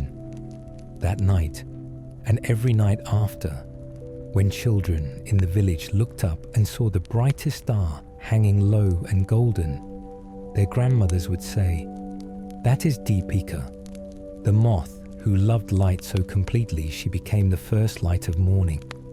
If you are ever lost in darkness, whisper her name. She will remember how it feels to search, and she will guide you." And sometimes, on the windless nights just before dawn, a faint warmth brushes the cheek of anyone who has forgotten how to hope. The soft wing beat of a moth made of fire passing overhead, looking for the next heart brave enough to fly straight into what it loves. Long, long before the idea of long ago had even been dreamed, there was only a vast velvet darkness, softer than the inside of a lotus that has not yet decided to open, warmer than the space between a mother's arms, and the child who has not yet been born. In this darkness there was no time, no light, no sound, only one slow, endless breathing that belonged to no one and to everything at once. Inhale, the whole of existence gathering itself like a quiet tide. Exhale, the whole of existence letting itself go again, the way a tired bird finally releases the sky and trusts the branch. For countless aeons this breathing continued, perfect, complete, without beginning or end. But one day, if the word day can be used for something that had never seen light, a tiny ripple appeared in the breathing. It was so small that 10,000 galaxies could have been born and died inside it without anyone noticing. It was the first thought that had ever thought itself. The thought was very gentle. It said simply, "I wonder what would happen if I opened my eyes." And because the darkness was kind, because the darkness had never known cruelty, it did not scold the thought. It only smiled the way night smiles at the first star that dares to appear, and it answered, "Try." So the thought opened its eyes, and in that instant, the first faint shimmer of light was born. Not bright, not blinding, just the softest glow, the color of warm milk left on a windowsill for a sleeping child. The light looked around and saw nothing but itself reflected everywhere. It was both the seer and the seen, the lover and the beloved, the question and the answer. It felt a little lonely, the way even the moon sometimes feels lonely when it is full and has no one to be full for. So the light did what all lonely things do. It divided itself. One part stayed still, quiet, watching, the way the Buddha would one day sit beneath the Bodhi tree. The other part began to move, to dance, to play hide and seek with itself across the vast darkness. And wherever it danced, worlds were born. First came faint clouds of stardust, swirling slowly, like incense smoke in an empty temple. Then came fire, gentle at first, the color of candlelight seen through tears. Then came water, cool and clear, flowing without hurry, the way thoughts flow when the mind has stopped grasping. Then came wind, soft as the breath of a sleeping monk. And last came earth, solid enough to stand on, soft enough to grow things. All of this happened in the space of one slow exhale. The moving light laughed with delight, because now there were mountains to climb, rivers to cross, forests to walk through barefoot. But the still light, the part that had never moved, watched quietly and felt something new, tenderness. It saw that every being born from the dance, every deer, every child, every blade of grass, would one day grow tired. It saw that all things, no matter how bright, eventually long to rest. So the still light whispered across the newborn universes, a whisper so soft that it took 1 billion years to reach the first ear that could hear it. When you are weary, come home. There is a place inside you that has never left me. And because the moving light loved the still light more than anything, it agreed. Together, they made a promise, the first and only promise the universe has ever needed. Every night, no matter how far you have wandered, no matter how many names you have worn, how many hearts you have broken or been broken by, you may stop dancing. You may lay every shining thing down. You may remember that before you were a mother, a father, a king, a beggar, a star, a tear, you were only this breathing. Inhale. Gather the whole day like a child gathering flowers. Exhale. Lay the flowers gently at the feet of the night. The moving light became the moon. The still light became the dark behind the moon. And together, they taught every living thing the ancient art of falling asleep. They taught the mountains to settle into themselves at twilight, the rivers to slow their singing when the stars appear, the tigers to curl their great paws beneath their chests and dream of deer that do not run, the smallest insects to fold their wings like tiny monks folding their robes after evening meditation. And when the first humans appeared, walking upright beneath a sky full of new questions, the moon and the dark behind the moon taught them too. They taught Siddhartha beneath the Bodhi tree, taught him that awakening is not the opposite of sleep, but its deepest form. They taught him that to wake up completely is to become so transparent that sleep and waking are only two slow breaths of the same endless kindness. They taught him the four noble truths the way a mother teaches a child to lie down. First, yes, life is restless. The heart runs and runs after flickering lights. This is natural. This is not a mistake. Second, the running has a cause, a tiny forgetting, a sweet, innocent forgetting that we were never separate from the stillness we seek. Third, the running can gently, gently stop, the way a deer stops running when it realizes the tiger was only its own shadow. Fourth, there is a path of stopping made of 8 soft footsteps. Right view like moonlight, right intention like warm water, right speech like the hush after a bell, right action like laying a tired child down, right livelihood like breathing without forcing, right effort like a river that knows it will reach the sea, right mindfulness like remembering you are already home, right concentration like the moment just before sleep, when the mind finally smiles and lets go. The Buddha understood. He lay down beneath the tree that night, not to escape the world, but to marry it completely. He slept the sleep of one who has remembered everything and therefore has nothing left to hold. From that night on, every being who truly sleeps in him, and he sleeps in them. The murderer sleeps, and for a few hours the knife forgets its name. The grieving mother sleeps, and the child she lost comes back as the rhythm of her own heart. The soldier sleeps, and the battlefield becomes a meadow where he once flew kites as a boy. Even the stars, those ancient dancers, slow their turning just a little when a single human closes their eyes in trust. This is the great secret the universe has been keeping since before it had a name. Falling asleep is not the opposite of being awake. It is the deepest practice of awakening. It is the moment the moving light comes home to the still light and remembers they were never two. So now, little one, great one, tired one, ancient one wearing a temporary body, lie down. Let the day unclasp its fingers from your shoulders. Let every name you answered to today drift away like boats unmoored at twilight. Let the moon, who has watched over every Buddha, every child, every broken heart that finally rested, watch over you now. Inhale.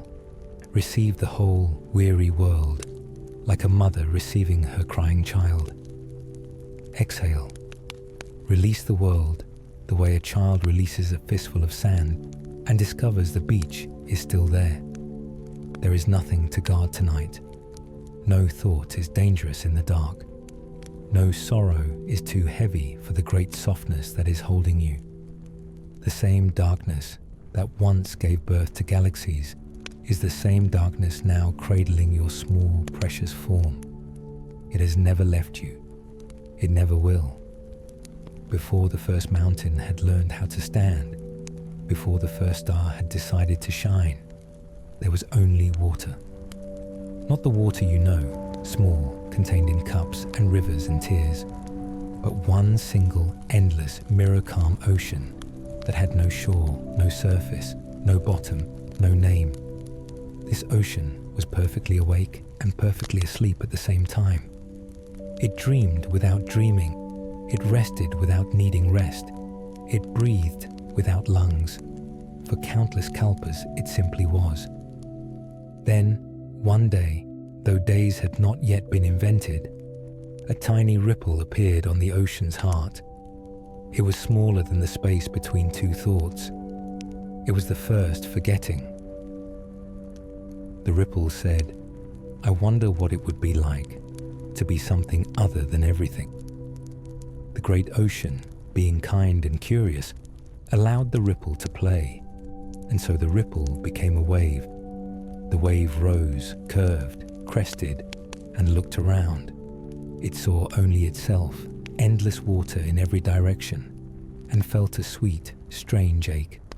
"I am beautiful," the wave thought, "but I am alone." So the wave called to wave, and suddenly there were 10,000 waves, 1,000,000 waves, waves dancing, crashing, racing one another across the skin of the ocean. They played for aeons. Some grew tall and proud, some stayed small and shy, some carried ships, some swallowed cities, some only kissed the toes of sleeping children on distant beaches. Each wave believed it was separate, born at one moment, destined to die when it reached the shore. They suffered beautifully. They loved fiercely. They feared the sand the way all living things fear endings. And the great ocean beneath them watched with infinite tenderness, never angry, never hurried, only waiting. One evening, the first real evening that ever was, a single wave grew very tired. She had traveled farther than any wave before her. She had carried merchants and monks, whales and paper boats, lovers' letters and drowned soldiers' helmets. She had seen every color the sky could invent. She had broken herself against every kind of cliff. Now she was thin, almost transparent, barely able to lift her crest. She looked ahead and saw the shore approaching. Golden sand, children building castles, an old woman burning incense for the dead. The wave felt terror rise in her watery heart. "I'm going to die," she whispered. "All my journeys, all my stories, all my shining will be lost." She tried to turn back, to retreat into the safety of the deep, but the current of all the waves behind her pushed her gently, inexorably toward the beach. Closer, closer. Just as her crest began to curl and fall, something extraordinary happened. A small child on the shore, a little girl with sun-browned feet and eyes older than mountains, walked into the shallows and spoke directly to the wave.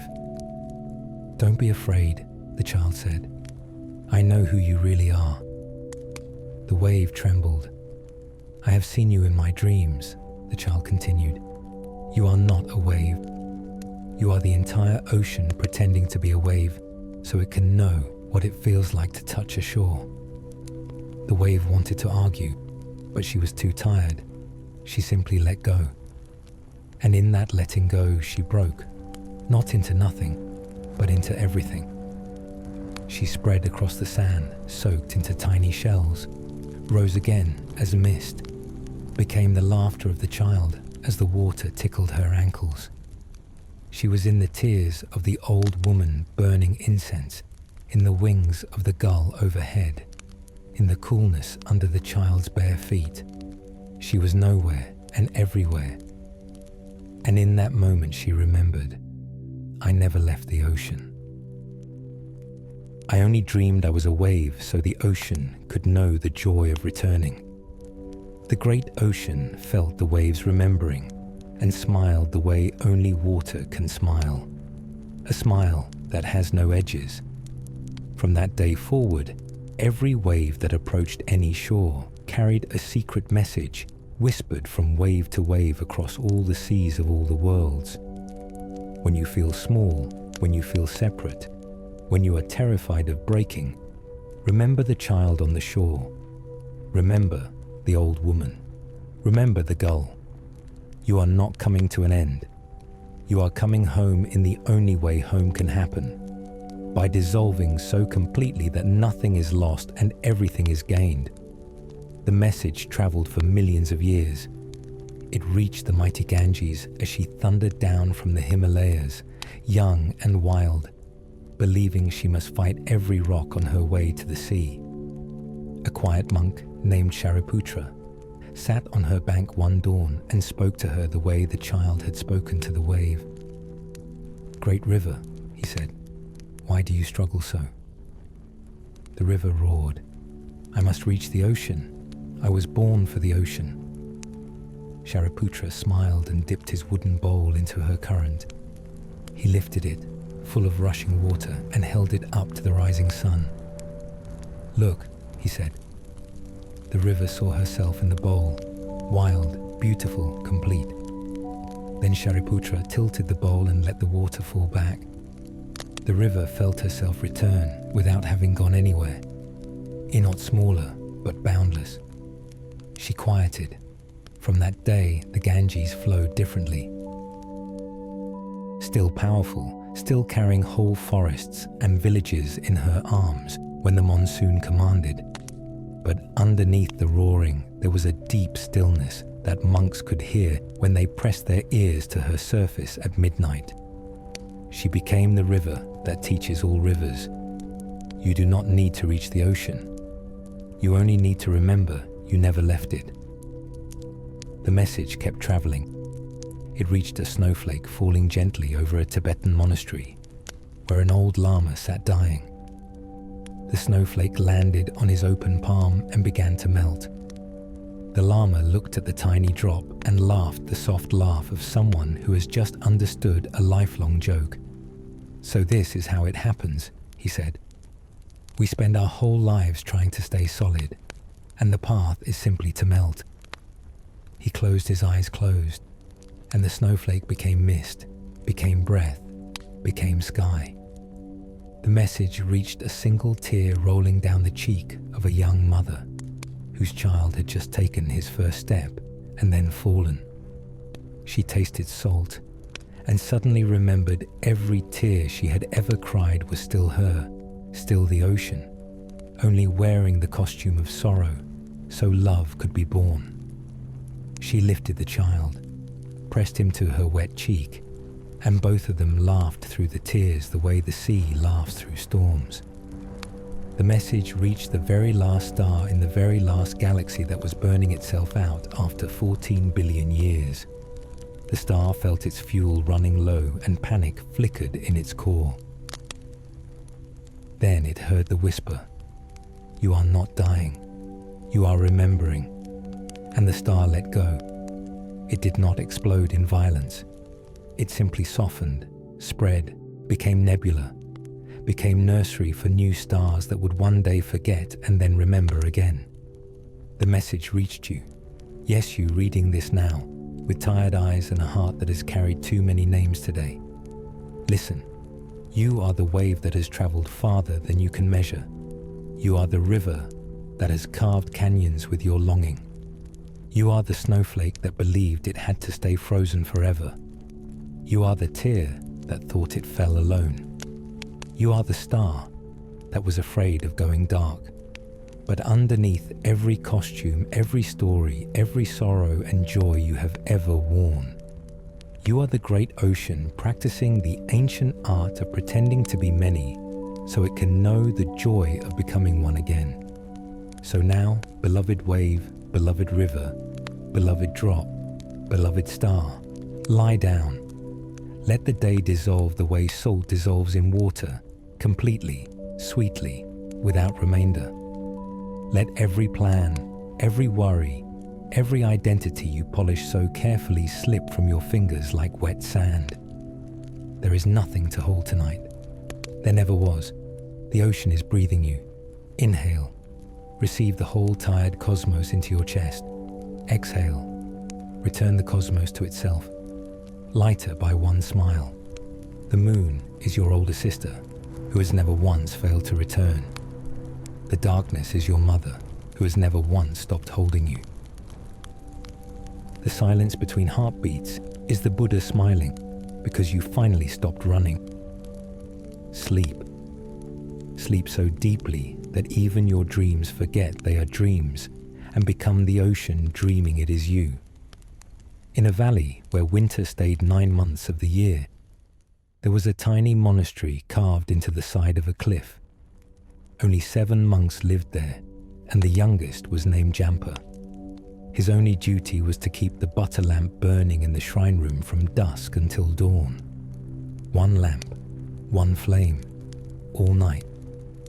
Every evening Jampa trimmed the wick, filled the bowl with fragrant butter, and lit the lamp with a pine splinter. Then he sat beside it, straight-backed, eyes half closed, guarding the flame the way a mother guards a sleeping child. One winter, the storms were fiercer than anyone could remember. Snow blocked the passes. Yaks froze standing up. The monastery ran out of butter, then out of oil, then out of everything that burns. On the longest night of the year, the last spoonful of butter was gone. The lamp flickered, shrank to a red thread, and died. Jampa sat in the sudden darkness and felt shame rise like cold water inside his chest. He had failed. The Buddha's eyes in the shrine statue were now blind. The valley had no light. He pressed his forehead to the cold stone floor and whispered, "Forgive me. I have nothing left to give." Then he did something no one expected. He took the empty brass lamp, placed it in the center of the shrine, and sat in front of it exactly as he had every night. He closed his eyes and began to breathe with the slow, steady rhythm he had learned from years of watching the flame. Inhale. 4 heartbeats. Hold. 4 heartbeats. Exhale. 8 heartbeats. Hold empty. 4 heartbeats. He breathed as if the air itself were butter, as if his lungs were the wick, as if his heart were the offering. Minutes passed. Hours passed. The other monks woke for midnight practice and found Jampa still sitting, perfectly still, perfectly radiant in the pitch dark. And in the brass bowl, where no butter remained, a soft golden light appeared. It was not bright. It was the color of warm milk seen through half-closed eyelids. It grew steadily until the entire shrine room glowed, until the Buddha's stone face shone with the gentlest smile anyone had ever seen. The light had no source. It simply was. The oldest monk, who had not cried in 60 years, felt tears freeze on his cheeks. He understood. The boy had become the lamp. From that night on, the monastery never needed butter again. Travelers climbing the icy path at midnight would see a faint golden glow spilling from the cliff like honey, guiding them through blizzards that swallowed every other light. And on the coldest nights, when the wind howled like 1,000 hungry ghosts, the monks would sit in a circle around Jampa and breathe with him. The light would rise and fall with their shared breath, never too bright, never too dim, always exactly enough. Years later, when Jampa's body grew old and lay down for the last time, the light did not leave. It simply spread until the entire valley shone softly from within, the way a mother's love shines long after she has gone to sleep. People began to call the valley the place where darkness learned to burn.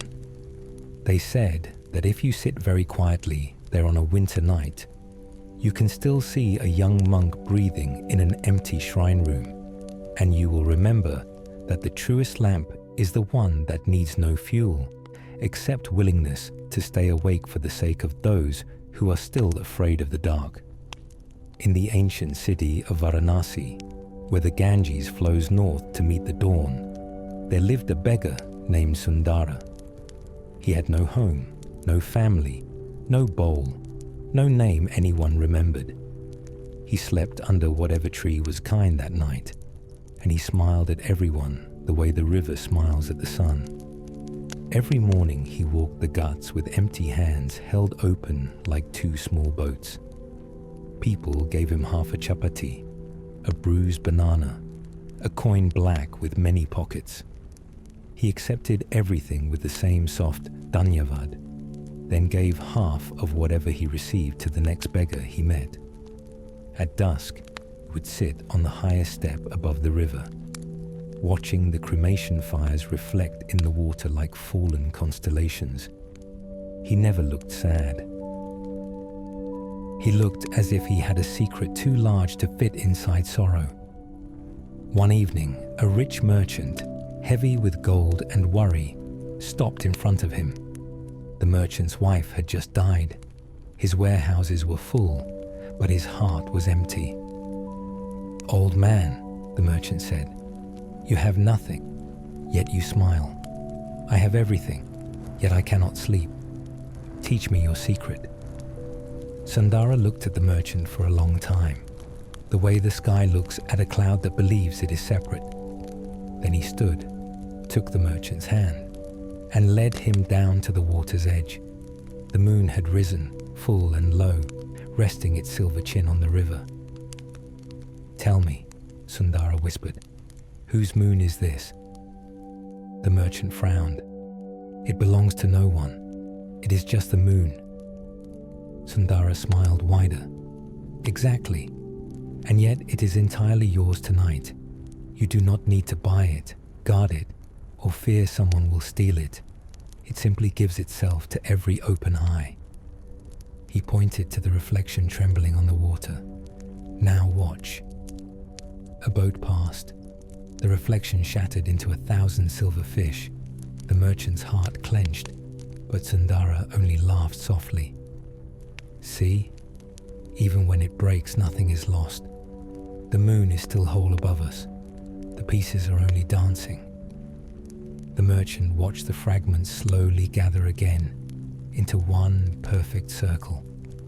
Something inside his chest loosened, like a fist that had been holding water for 40 years. Sundara continued, voice soft as the river's skin. "All day you count coins, houses, reputations, things that can be lost. I count nothing, so I lose nothing. My wealth is whatever the moment offers. The smell of jasmine on this breeze, the sound of a child laughing behind me, the cool step under my bare feet, the moon that keeps coming back no matter how many times it is broken." He placed his empty palms on the merchant's chest. "This heart you guard so fiercely, it is not a warehouse, it is a window.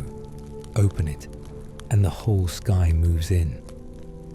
The merchant began to cry, not from grief, but from the sudden lightness of having nothing left to protect. That night he went home, opened every door and window of his mansion, and slept more deeply than he had since childhood. In the morning, he found Sundara asleep under a neem tree, smiling in his dreams. The merchant quietly left his entire fortune at the beggar's feet, wrapped in saffron cloth. When Sundara woke, he laughed the way morning laughs at dew. He divided the gold among every beggar, widow, and stray dog in Varanasi, keeping only one small coin. With that coin, he bought a handful of marigolds and floated them on the river at sunset, watching them carry his thanks to the sea. From that day on, whenever anyone in the city felt poor, they would go sit beside Sundara on the ghats. He never gave them advice. He only pointed to whatever was freely given in that moment: the breeze, the light on the water, the cry of a kite overhead, and asked, "Whose is this?" And slowly, people began to remember that the richest person is the one who has stopped counting. Here are 4 more long, slow Buddhist bedtime stories, each one designed to carry you gently into sleep. Read them one by one, or let them wash over you all at once. There is no rush. Night is patient. 1. The lantern that refused to go out. In a valley where winter stayed 9 months of the year, there was a tiny monastery carved into the side of a cliff. Only 7 monks lived there, and the youngest was named Jampa. His only duty was to keep the butter lamp burning in the shrine room from dusk until dawn. 1 lamp, 1 flame, all night. Every evening Jampa trimmed the wick, filled the bowl with fragrant butter, and lit the lamp with a pine splinter. Then he sat beside it, straight-backed, eyes half closed, guarding the flame the way a mother guards a sleeping child. One winter, the storms were fiercer than anyone could remember. Snow blocked the passes. Yaks froze standing up. The monastery ran out of butter, then out of oil, then out of everything that burns. On the longest night of the year, the last spoonful of butter was gone. The lamp flickered, shrank to a red thread, and died. Jampa sat in the sudden darkness and felt shame rise like cold water inside his chest. He had failed. The Buddha's eyes in the shrine statue were now blind. The valley had no light. He pressed his forehead to the cold stone floor and whispered, "Forgive me. I have nothing left to give." Then he did something no one expected. He took the empty brass lamp, placed it in the center of the shrine, and sat in front of it exactly as he had every night. He closed his eyes and began to breathe with the slow, steady rhythm he had learned from years of watching the flame. Inhale, 4 heartbeats. Hold, 4 heartbeats. Exhale, 8 heartbeats. Hold empty, 4 heartbeats. He breathed as if the air itself were butter, as if his lungs were the wick, as if his heart were the offering. Minutes passed, hours passed. The other monks woke for midnight practice and found Jampa still sitting, perfectly still, perfectly radiant in the pitch dark. And in the brass bowl where no butter remained, a soft golden light appeared. It was not bright. It was the color of warm milk seen through half-closed eyelids. It grew steadily until the entire shrine room glowed, until the Buddha's stone face shone with the gentlest smile anyone had ever seen. The light had no source. It simply was. The oldest monk, who had not cried in 60 years, felt tears freeze on his cheeks. He understood. The boy had become the lamp. From that night on, the monastery never needed butter again. Travelers climbing the icy path at midnight would see a faint golden glow spilling from the cliff like honey, guiding them through blizzards that swallowed every other light. And on the coldest nights, when the wind howled like 1,000 hungry ghosts, the monks would sit in a circle around Jampa and breathe with him. The light would rise and fall with their shared breath, never too bright, never too dim, always exactly enough. Years later, when Jampa's body grew old and lay down for the last time, the light did not leave. It simply spread until the entire valley shone softly from within, the way a mother's love shines long after she has gone to sleep. People began to call the valley the place where darkness learned to burn. They said that if you sit very quietly there on a winter night, you can still see a young monk breathing in an empty shrine room, and you will remember that the truest lamp is the one that needs no fuel, except willingness to stay awake for the sake of those who are still afraid of the dark. 2. The beggar who owned the whole sky. In the ancient city of Varanasi, where the Ganges flows north to meet the dawn, there lived a beggar named Sundara. He had no home, no family, no bowl, no name anyone remembered. He slept under whatever tree was kind that night, and he smiled at everyone the way the river smiles at the sun. Every morning he walked the ghats with empty hands held open like 2 small boats. People gave him half a chapati, a bruised banana, a coin black with many pockets. He accepted everything with the same soft dhanyavad, then gave half of whatever he received to the next beggar he met. At dusk, he would sit on the highest step above the river, watching the cremation fires reflect in the water like fallen constellations. He never looked sad. He looked as if he had a secret too large to fit inside sorrow. One evening, a rich merchant, heavy with golden worry, stopped in front of him. The merchant's wife had just died. His warehouses were full, but his heart was empty. "Old man," the merchant said, "you have nothing, yet you smile. I have everything, yet I cannot sleep. Teach me your secret." Sundara looked at the merchant for a long time, the way the sky looks at a cloud that believes it is separate. Then he stood, took the merchant's hand, and led him down to the water's edge. The moon had risen full and low, resting its silver chin on the river. "Tell me," Sundara whispered, "whose moon is this?" The merchant frowned. "It belongs to no one. It is just the moon." Sundara smiled wider. "Exactly. And yet it is entirely yours tonight. You do not need to buy it, guard it, or fear someone will steal it. It simply gives itself to every open eye." He pointed to the reflection trembling on the water. "Now watch." A boat passed. The reflection shattered into 1,000 silver fish. The merchant's heart clenched, but Sundara only laughed softly. "See? Even when it breaks, nothing is lost. The moon is still whole above us. The pieces are only dancing." The merchant watched the fragments slowly gather again into one perfect circle. Something inside his chest loosened, like a fist that had been holding water for 40 years. Sundara continued, voice soft as the river's skin.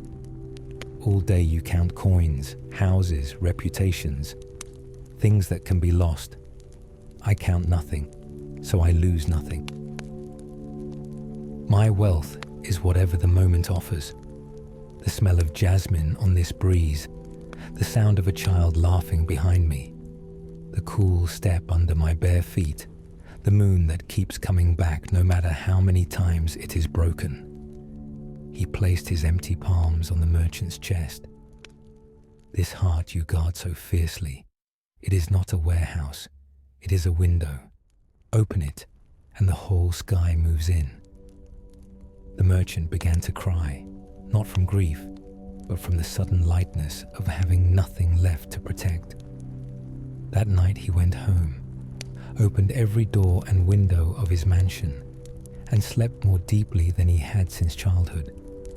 In the morning, he found Sundara asleep under a neem tree, smiling in his dreams.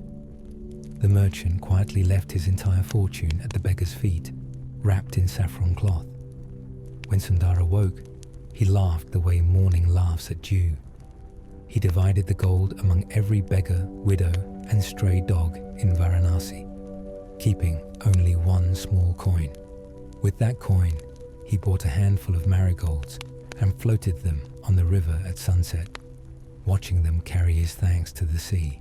From that day on, whenever anyone in the city felt poor, they would go sit beside Sundara on the ghats. He never gave them advice. He only pointed to whatever was freely given in that moment, the breeze, the light on the water, the cry of a kite overhead, and asked, "What is this?" And slowly, people began to remember that the richest person is the one who has stopped counting. 3. The tree that fell in love with its own shadow. On the edge of a forest that no map had ever dared to finish, there grew an ancient Bodhi tree named Maitreya. Its trunk was wide enough for 10 monks to sit inside its hollow. Its branches touched the sky the way fingers touch a lover's face after long absence. Every dawn, the sun rose behind it, casting the tree's shadow across an empty meadow. Every dusk, the moon rose in front, and the shadow stretched the other way, long and dark and faithful. The tree loved its shadow the way some people love their reflection, with a sweet, aching devotion. "Wherever I go," the tree whispered to the wind, "you follow. Whatever shape I take, you take the same. You are my silent companion, my dark twin." The shadow never answered, but it stayed. Years passed, centuries passed, Empires rose and crumbled in the time it took one leaf to fall. Then one spring, a terrible storm came. Lightning split the sky like a broken promise. Wind screamed through the forest like 1,000 grieving mothers. The great Bodhi tree, old and proud, could not withstand the storm's fury. With a sound like the earth cracking open its heart, the tree fell. It lay on its side across the meadow, roots reaching toward the sky like desperate arms, branches crushed beneath its own weight. For 3 days, the forest mourned. Birds refused to sing. Monkeys sat motionless in the remaining trees. Even the wind grew quiet out of respect. On the 4th morning, a young novice named Ananda came upon the fallen giant. He had been walking mindfully, counting his breaths, when he saw the tree lying like a sleeping Buddha made of wood. He sat beside the trunk and began to cry, not loudly, but the way rain cries when it has forgotten why it started. After a long time, he noticed something extraordinary. The shadow of the fallen tree was still standing, perfectly upright, perfectly whole, exactly as it had been when the tree was alive and tall. Ananda stared, tears drying on his cheeks. He understood. He placed his palms together and bowed to the shadow. Then he bowed to the fallen tree. Then he bowed to the space between them. That afternoon, he brought his teacher, an old nun named Kema, whose eyes had seen through 10,000 illusions. She looked at the shadow standing tall beside the ruined trunk and laughed the soft laugh of someone who has just remembered a very old joke. "Little brother," she said to Ananda, "do you see now? The shadow never needed the tree to stand. The tree only needed the shadow to remember it could fall." She sat beneath the standing shadow, back straight, palms open on her knees. Ananda sat beside her. Together, they meditated for 49 days, while the fallen tree slowly returned to the earth, its wood softening, its leaves becoming soil, its heart becoming mushrooms and moss. On the 49th dawn, the shadow gently faded as the sun rose directly overhead. In its place grew a tiny Bodhi sapling, no taller than Ananda's knee, its first heart-shaped leaf trembling in the breeze. Kema placed her hand on the sapling's tender trunk. "This," she whispered, "is how enlightenment happens. First the great tree falls. Then the shadow realizes it was never dependent. Then something new grows, smaller, humbler, but rooted in the truth that was always there." From that day on, pilgrims who found the meadow would see a young Bodhi tree growing beside the skeleton of an ancient one, and between them, on certain evenings, the faint outline of a shadow still standing upright, still smiling, still teaching anyone who looked that what falls is only the idea of standing, and what remains is the ground itself learning how to love again. High in the Himalayas, where the snow forgets to melt, there was a cave so quiet that even thoughts were afraid to enter. A single monk named Rahula had lived there for 12 years, speaking only to the mountain, eating only what the mountain offered, breathing only what the mountain allowed. Every dawn he would sit at the mouth of the cave and chant the Heart Sutra into the vast silence. Gate, gate, paragate, parasamgate, bodhisvaha. His voice rolled down the valley, struck the opposite cliff, and returned moments later as a perfect echo. Year after year this happened. The monk spoke. The mountain answered. Then one winter the silence grew deeper than ever. Snow fell for 40 days without sound. The monk's voice grew hoarse. On the 41st morning, he opened his mouth to chant and nothing came out. He sat in perfect silence, listening.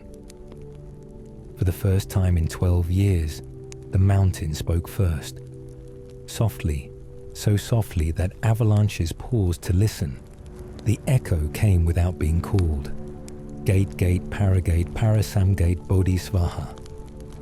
The monk's eyes filled with tears that froze before they reached his cheeks. He understood. He had spent 12 years teaching the mountain to speak. The mountain had spent 12 years teaching him to listen. From that day on, Rahula never chanted again. He only listened. And every dawn, without fail, the mountain chanted for him, its voice deeper, clearer, more luminous than his had ever been. Pilgrims who climbed the dangerous path would find an old monk sitting motionless at the cave mouth, smiling as if he were hearing the most beautiful music in the world. They would ask, "Venerable sir, why do you not chant?" He would only point to the opposite cliff and whisper, "Shh, the mountain is practicing." If they stayed very still, they too would hear it. The entire Himalaya chanting the Heart Sutra in a voice made of wind, snow, and stone.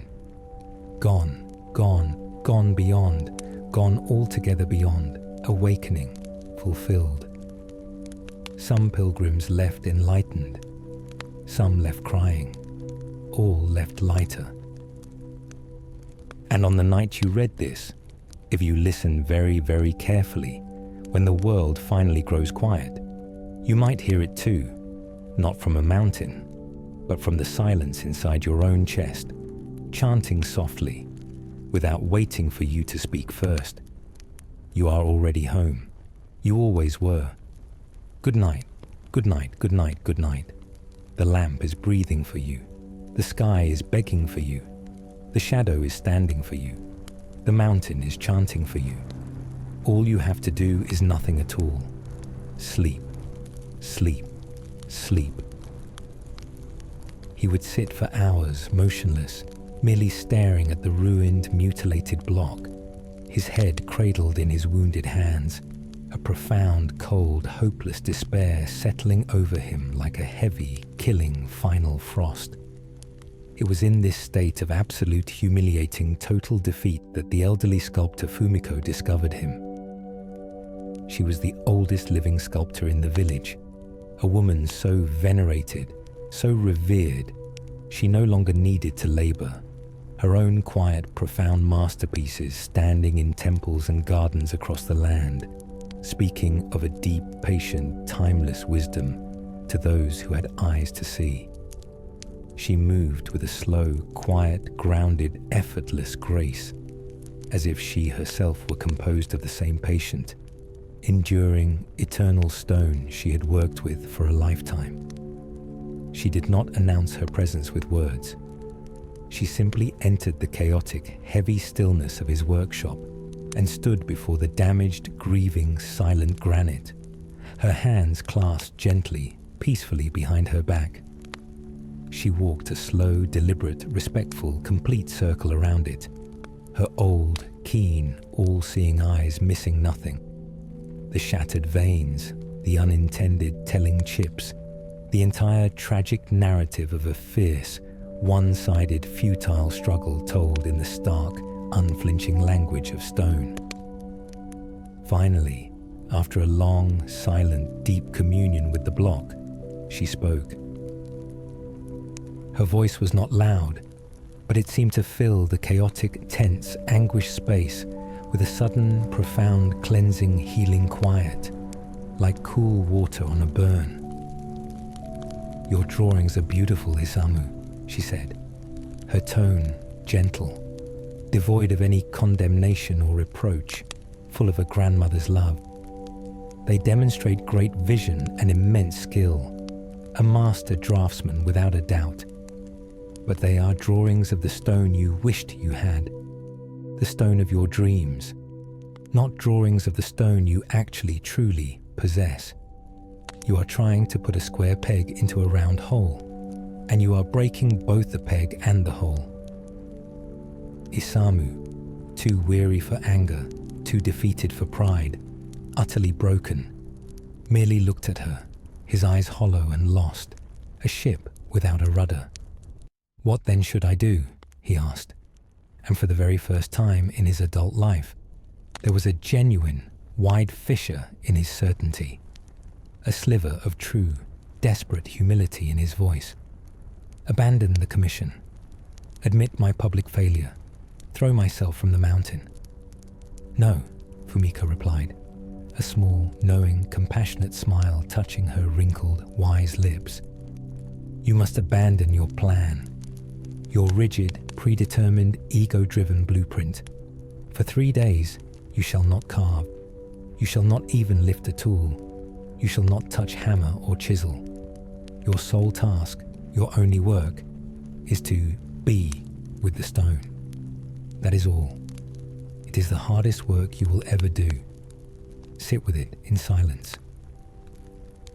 Walk around it at different hours of the day and observe how the transforming, moving light reveals its changing character, its different moods. Touch it with reverence, with curiosity, not with intent to change. Close your eyes and feel its temperature, its varied texture, its unyielding, ancient, powerful strength. Listen to it, not with your ears, but with your hands, with your heart, with your silent, undivided attention.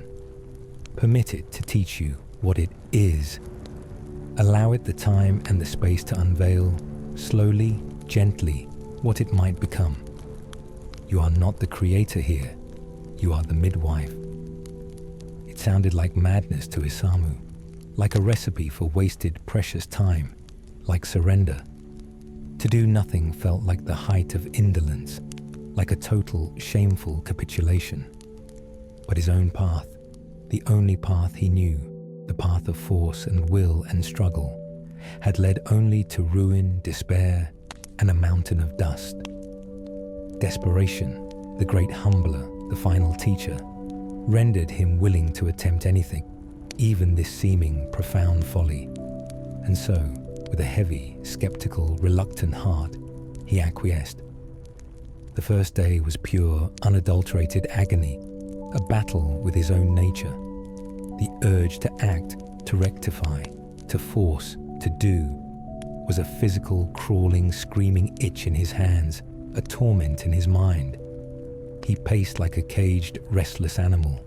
He stared at the stone, but saw only the errors, the damage, the glaring testament to his failure, his shame. But as the sun journeyed slowly, inevitably across the sky, painting the workshop in shifting, beautiful bands of light and shadow, he began, reluctantly, grudgingly, to notice other things, details previously obscured by his frantic, blind doing. He observed how the morning light, low and golden and soft, set the stubborn, hated silvery veins ablaze with an inner fiery light, rendering them less like flaws and enemies and more like hidden, sacred, shining rivers of light within the stone. A map of its history. He noticed how a deep, accidental chip he had cursed and lamented now cast a long, fascinating, dramatic, beautiful shadow as the day wore on, bestowing upon the stone a sense of depth and mystery and character it had previously lacked. On the second day, his hardened, calcified resistance began to truly soften, like winter ice yielding to the persistent, gentle warmth of the spring sun. He sat on a low stool and simply observed, his breathing slowing, deepening to match the slow, majestic passage of time itself. He ran his hands over the stone surface, no longer judging, but exploring, learning, like a blind man reading a sacred text, its language of smooth and rough, its cool and warm places, its hard and soft spots. He tapped it gently in different places with his knuckle and listened, truly listened, with his whole being, to the subtle, telling variations in its resonance. A hollow, echoing, mysterious sound here. A solid, deep, reassuring thud there. He was, for the first time, learning the stone's native silent tongue, its unique, individual personality, its name. By the third day, a quiet, inner miracle had transpired within him. His perception had undergone a complete, utter, glorious metamorphosis. He was no longer seeing the rigid, complex, intellectual, multi-figured scene from his detailed drawings imposed upon the stone like a cage.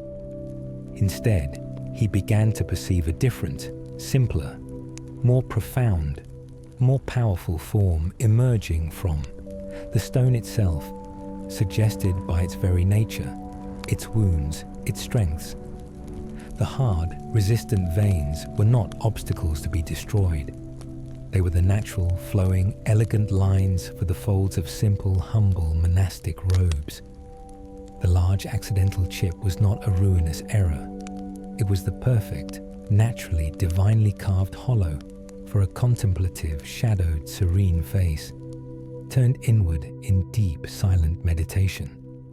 The stone itself, in its majestic silence, was proposing a form, a single, powerful, solitary universal figure, not in dramatic, external, worldly action, but in deep, serene, inward, timeless meditation, a figure of peace.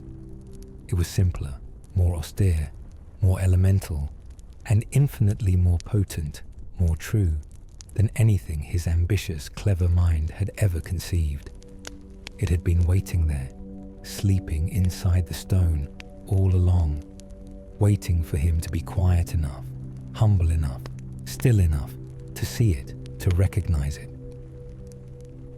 There was something vital, something inherently deeply right about it, something that felt less like it had been carved by human hands and more like it had been discovered, unveiled, gently, respectfully liberated from its stony prison, its true self revealed. The abbot himself, a man of few chosen words, stood before it for a long, silent time, and then remarked, his voice soft with awe and recognition, that it seemed to radiate a silence so profound, so deep, it pacified the restless soul, it calmed the chattering mind. Fumiko came to witness the unveiling, the birth. She stood before the finished piece for a long, long time, her eyes glistening with unshed tears of deep, quiet satisfaction and love. She turned to Isamu and placed a weathered, knowing, blessing hand upon his arm. "Now you comprehend," she said simply, her voice full of a quiet, profound joy. The stone was perpetually endeavoring to reveal this to you. It was always speaking. You merely needed to cease fighting long enough, to become still enough, to lay down your weapons, to listen. Isamu had learned the profound, life-altering lesson that authentic mastery is not about imposing our small personal will upon the world, but about listening deeply, humbly, to what the world is already, perpetually, generously offering. "Of course," the nun said, turning her gentle, penetrating, knowing gaze upon Akari, seeing the wall around her heart. "The transformation is your beautiful, undeniable art. It is your gift, and this loom upon which you perform your art, which holds your vision. It is a fine, sturdy, reliable, noble instrument. It possesses a spirit of immense patience, of steadfastness, of silent support. It was carved from the heartwood of a great ancient oak tree by the old carpenter, Jin, was it not? A man who dedicated 60 years of his life to learning the very soul, the grain, the song of wood, who could feel the story of a tree like a storyteller perusing a sacred, illuminated page. The steadfastness of his experienced, knowing hands, the quiet integrity of his lifelong devoted craft, supports every single thread you weave. It is the foundation, the skeleton, of your heron. It is Jin's silence that holds your noise." Akari was silent now, her defensiveness beginning to dissolve into a dawning, unsettling, profound confusion. She had never, ever considered the loom as anything more than a tool, a dumb instrument, a means to an end. It had no soul. "And the design itself," the nun continued, her voice dropping to a near whisper, as if sharing a most sacred and precious secret of the universe, this heron, captured in this posture of perfect, poised, timeless, eternal stillness. You informed the baker's daughter you beheld it in a powerful, vivid, personal dream. You understand the body, the skin of the clay. Now answer me this, from your own direct experience, not from thought.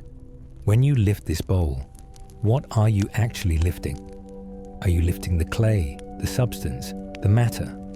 Or are you lifting the emptiness, the space, the nothingness within?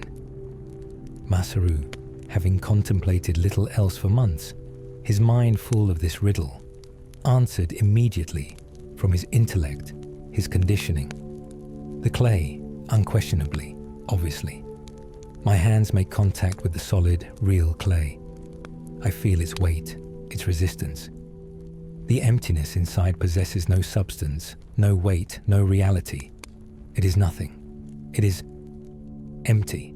It is non-existent. Indeed, the monk replied, a gentle, knowing, playful smile playing on his lips. It has no weight of its own. It is insubstantial. But now, envision this, a simple experiment. I am hungry. I require a bowl so that I may consume soup and nourish this aging, temporary body. You, out of kindness, return to your workshop and bring me a beautiful, solid, perfectly fired, completely solid sphere of clay. There is no opening, no hollow, no emptiness at all. It is all form, all substance. You hand this beautiful, solid, useless sphere to me and declare with confidence, here is your bowl, venerable one. Would that object, however beautifully, perfectly made, constitute a bowl? Could I eat soup from it? Masaru stared, the simple, irrefutable, elegant logic of it striking him with the force of a spiritual lightning revelation. No, he admitted, his voice soft with dawning, wondrous understanding. It would not. It could not. It would be a paperweight, a sculpture, a child's ball, a curiosity. But it would not. It could not function as a bowl. It would be useless for its purpose. It would not be a bowl at all. Ah, the monk said, his smile deepening, illuminating his old wise face like a sun. So, the bowl, in its essence, its very bowl nature, its isness, is both the clay and the emptiness. They are not two separate, independent, warring entities. They arise together simultaneously, in mutual, inseparable dependence. They define one another. They necessitate, they require each other for the thing we call bowl to even come into being, to be what it is. The clay bestows form, boundary, limit, and definition upon the emptiness.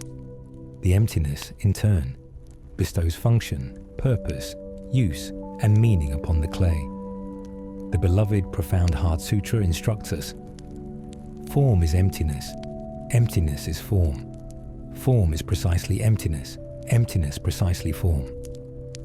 They are one and the same, indivisible, non-dual reality, merely perceived from two different, complementary, dependent perspectives.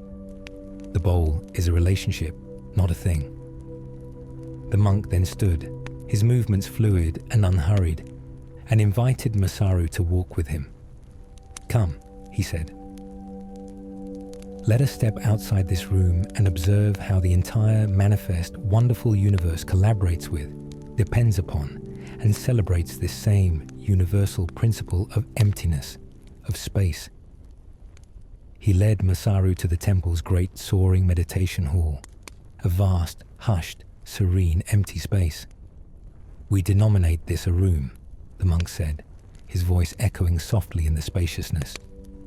But is the room the wood and the plaster of the walls and the roof? Or is the room essentially, functionally, the empty, peaceful, usable, sacred space they create, enclose and safeguard? We do not meditate within the solid walls. We meditate within the spacious, silent, empty emptiness they define, protect, and make possible. The walls are the form, the space is the function. The room is both. They proceeded to a simple, wooden, unadorned doorway. This doorway is useful, is it not? It allows passage, movement, transition. But its usefulness comes not from its wooden frame, but from the empty space, the opening, the void it provides, the gap for us to traverse. Without that emptiness, that gap, it would be a dead end, a mere wall, an obstruction. The frame is the form, the passage is the function, the doorway is both. They stood together before the great ancient bronze temple bell, hanging silent, potent, in its wooden tower. "Strike it," the monk instructed. Masaru took the heavy wooden striker and hit the bell firmly, respectfully. A deep, resonant, soul-stirring, world-filling note vibrated through the air, humming in their very bones and echoing across the quiet valley, a wave of sound. "That beautiful living sound," the monk said, after the note had faded, dissolved, back into silence. "Does it emanate solely from the solid, cast metal bronze? Or does it emanate from, is it born from, the empty space inside the bell, which permits the metal to vibrate freely, to expand and contract, to breathe, to sing its song? The sound is born from the inseparable union, the sacred marriage of form, the bronze, and emptiness, the space. The bell is both." Everywhere Masaru looked now, with his newly opened, awakened eyes, he perceived the same elegant, beautiful, liberating truth. A wheel depends upon the empty space at its hub to revolve around its axle. A pitcher is defined by the void that contains the life-giving water. A window is a hole in a wall. Language depends upon the silence between words to give them shape, meaning, and distinction. Music depends upon the rests, the spaces, the silences between the notes to create rhythm, anticipation, and emotion. Emptiness was not a deficiency, a lack, a negation. It was the fertile, generative, creative ground of all potential, the silent, necessary, vital partner in every single expression of life, the quiet, receptive, feminine yin to the active, assertive, masculine yang of form. It was the canvas for the painting, the page for the word, the silence for the song. Masaru's understanding was utterly, joyfully, completely transformed, reborn. He realized he was not merely a potter shaping inert, dead clay. He was a shaper of space, a sculptor of potential, a creator of relationships, a poet of emptiness. He was utilizing the solid material clay to define a useful, receptive, sacred, holy emptiness. His work was not ultimately about creating a thing, an object. It was about creating a relationship, a harmonious, interdependent, beautiful relationship between form and formlessness, between substance and space, between the manifest and the unmanifest. He was a bridge between worlds. This truth, when applied to our own being, bestows the greatest freedom, the deepest peace of all. We too are akin to the bowl. Our bodies, our personalities, our histories, our stories are the clay, the beautiful, temporary, ever-changing, ever-aging, decaying form. But our consciousness, our pure awareness, our capacity to experience, to know, to love, is the empty space within. It is the open, aware, boundless, luminous, silent capacity to hold experiences, thoughts, feelings, sensations, perceptions, without being permanently stained, solidly defined, limited, or damaged by them. We are the space in which the content of our lives appears and disappears. These teachings are akin to seeds, planted now in the fertile, receptive, waiting soil of your consciousness. They will germinate in their own mysterious secret manner, and in their own perfect divine time. They will bear fruit naturally, without your effort. Now, As our journey for this evening draws to a gentle, peaceful close, it is time to rest completely, to lay down the burden of listening, the weight of learning, the effort of understanding. Let your body become heavy, so very heavy, so relaxed, upon the firm, supportive, trusting surface beneath it, surrendering all its weight, all its tension completely to gravity, to the earth.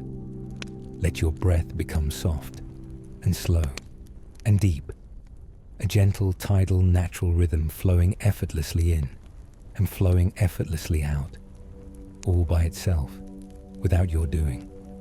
Let your mind become quiet, releasing its grip, relinquishing every thought, every plan, every memory and every narrative, every worry and every hope. Let them go like clouds passing through a vast, silent sky. There is nothing more to accomplish in this moment. Nowhere you need to journey. Nothing you need to become. You are safe here.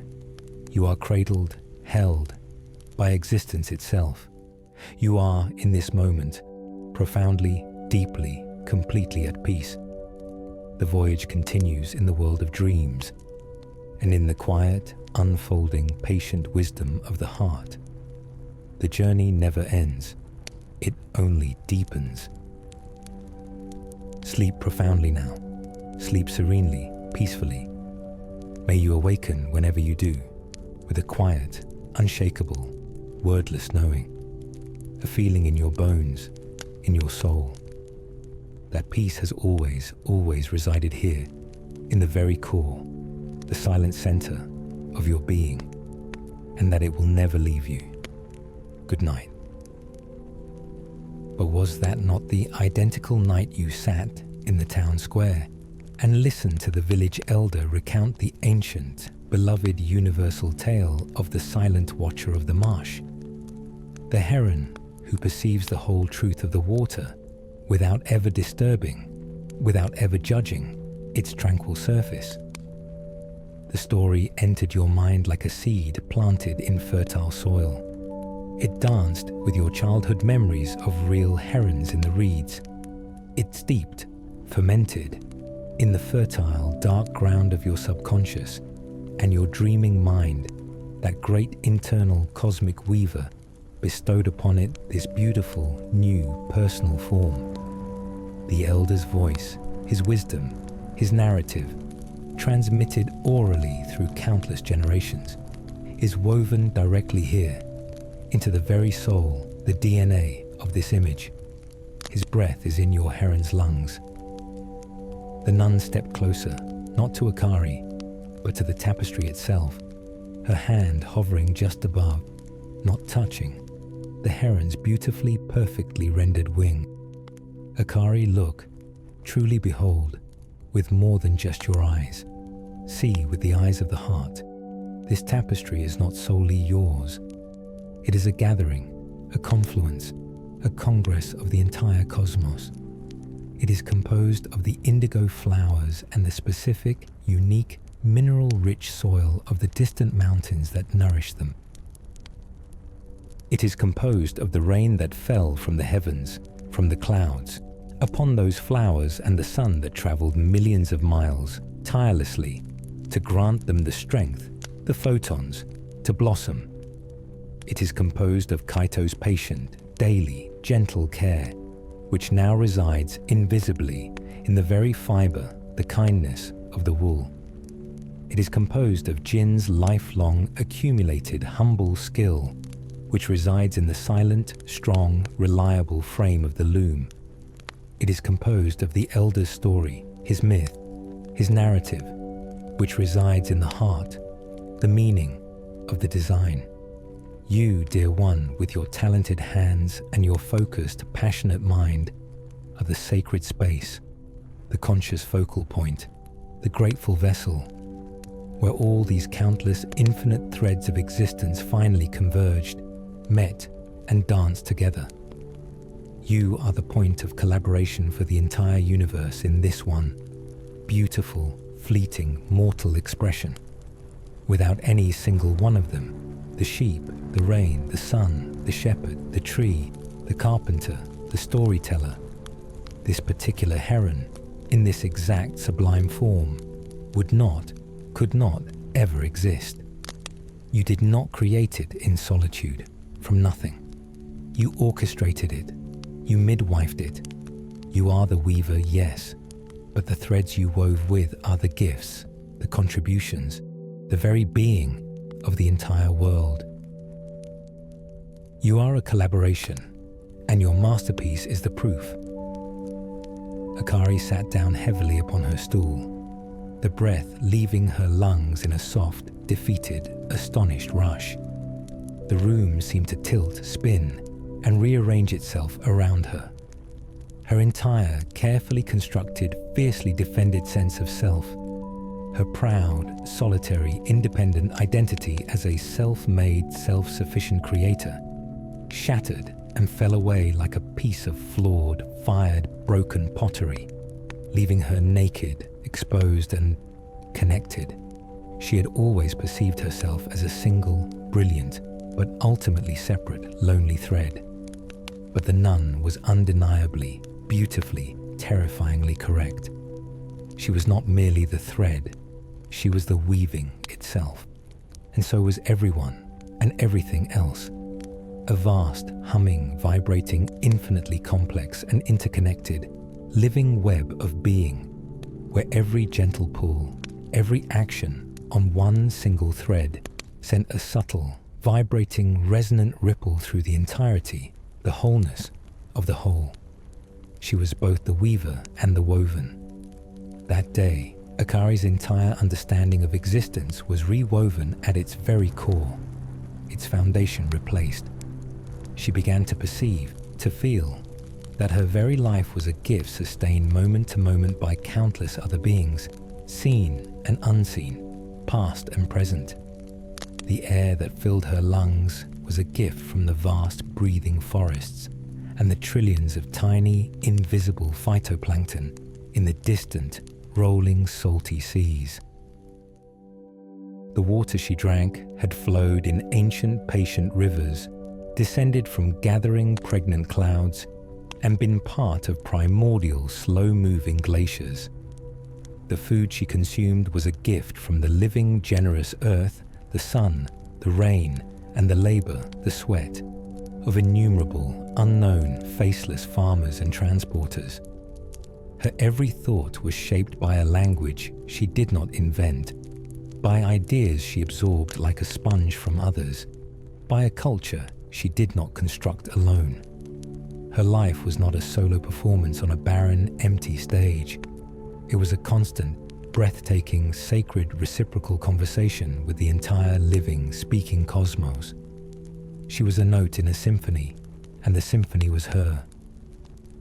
We have felt the flow of the river, listened to the voice of the stone, trusted the innate wisdom of the garden, and seen ourselves woven inextricably into the infinite tapestry of all life.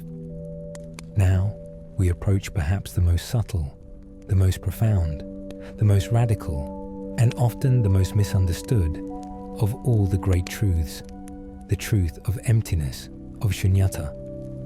The word itself can sound ominous, cold, frightening to the untrained, unprepared ear. It whispers of absence, of void, of a nihilistic, existential nothingness that threatens to devour all meaning, purpose, and substance. But in the deep, radiant, luminous heart of Buddhist wisdom, shunyata, emptiness, is not a bleak final conclusion. It is a glorious and liberating commencement, a gateway. It is the ultimate truth that emancipates us from the narrow, confining prison of solidity, of fixed, concrete identity, of separation. It signifies that nothing in this entire shimmering manifest universe, no object, no person, no thought, no feeling, no emotion, no institution, possesses a permanent, independent, separate, unchanging, inherent self or solid existence.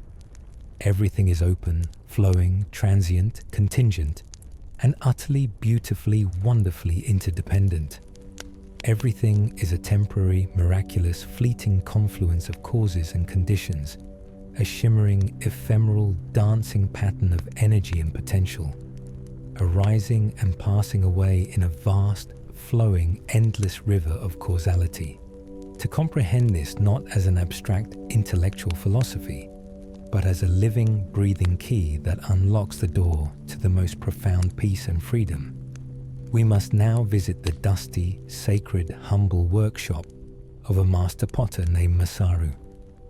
Masaru was the undisputed, celebrated master of his ancient, honorable craft. His hands, permanently stained with the clay he loved and revered, were instruments of grace, precision, and deep, intuitive knowledge. He could feel the very life, the history, in the earth, and he knew exactly how to coax, to invite it into forms of breathtaking, simple, essential beauty. His bowls, cups, and vases were sought after far and wide for their perfect, intuitive, living balance, their graceful, flowing, natural curves, their glazes that held depth and light within them like a still, deep, reflective pond at dawn. He was a creator in the fullest, proudest sense, and he took a quiet, justified, deep pride in the solid, tangible, weighty, real reality of his work, its there-ness.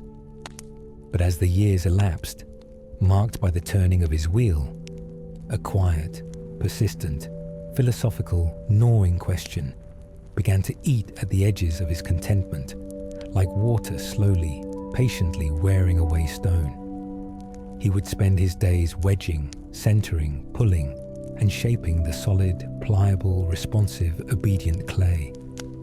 He would fire it in the searing, alchemical, transformative heat of the kiln, transmuting the soft, vulnerable, mutable earth into something hard, permanent, enduring, and seemingly fixed.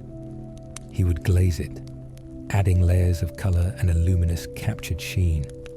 The finished bowl, to all his senses, to his touch, his sight, was the clay. It was the solid, material entity he could touch, see, weigh in his hand, and sell in the market. Its reality, its truth, was its form, its substance.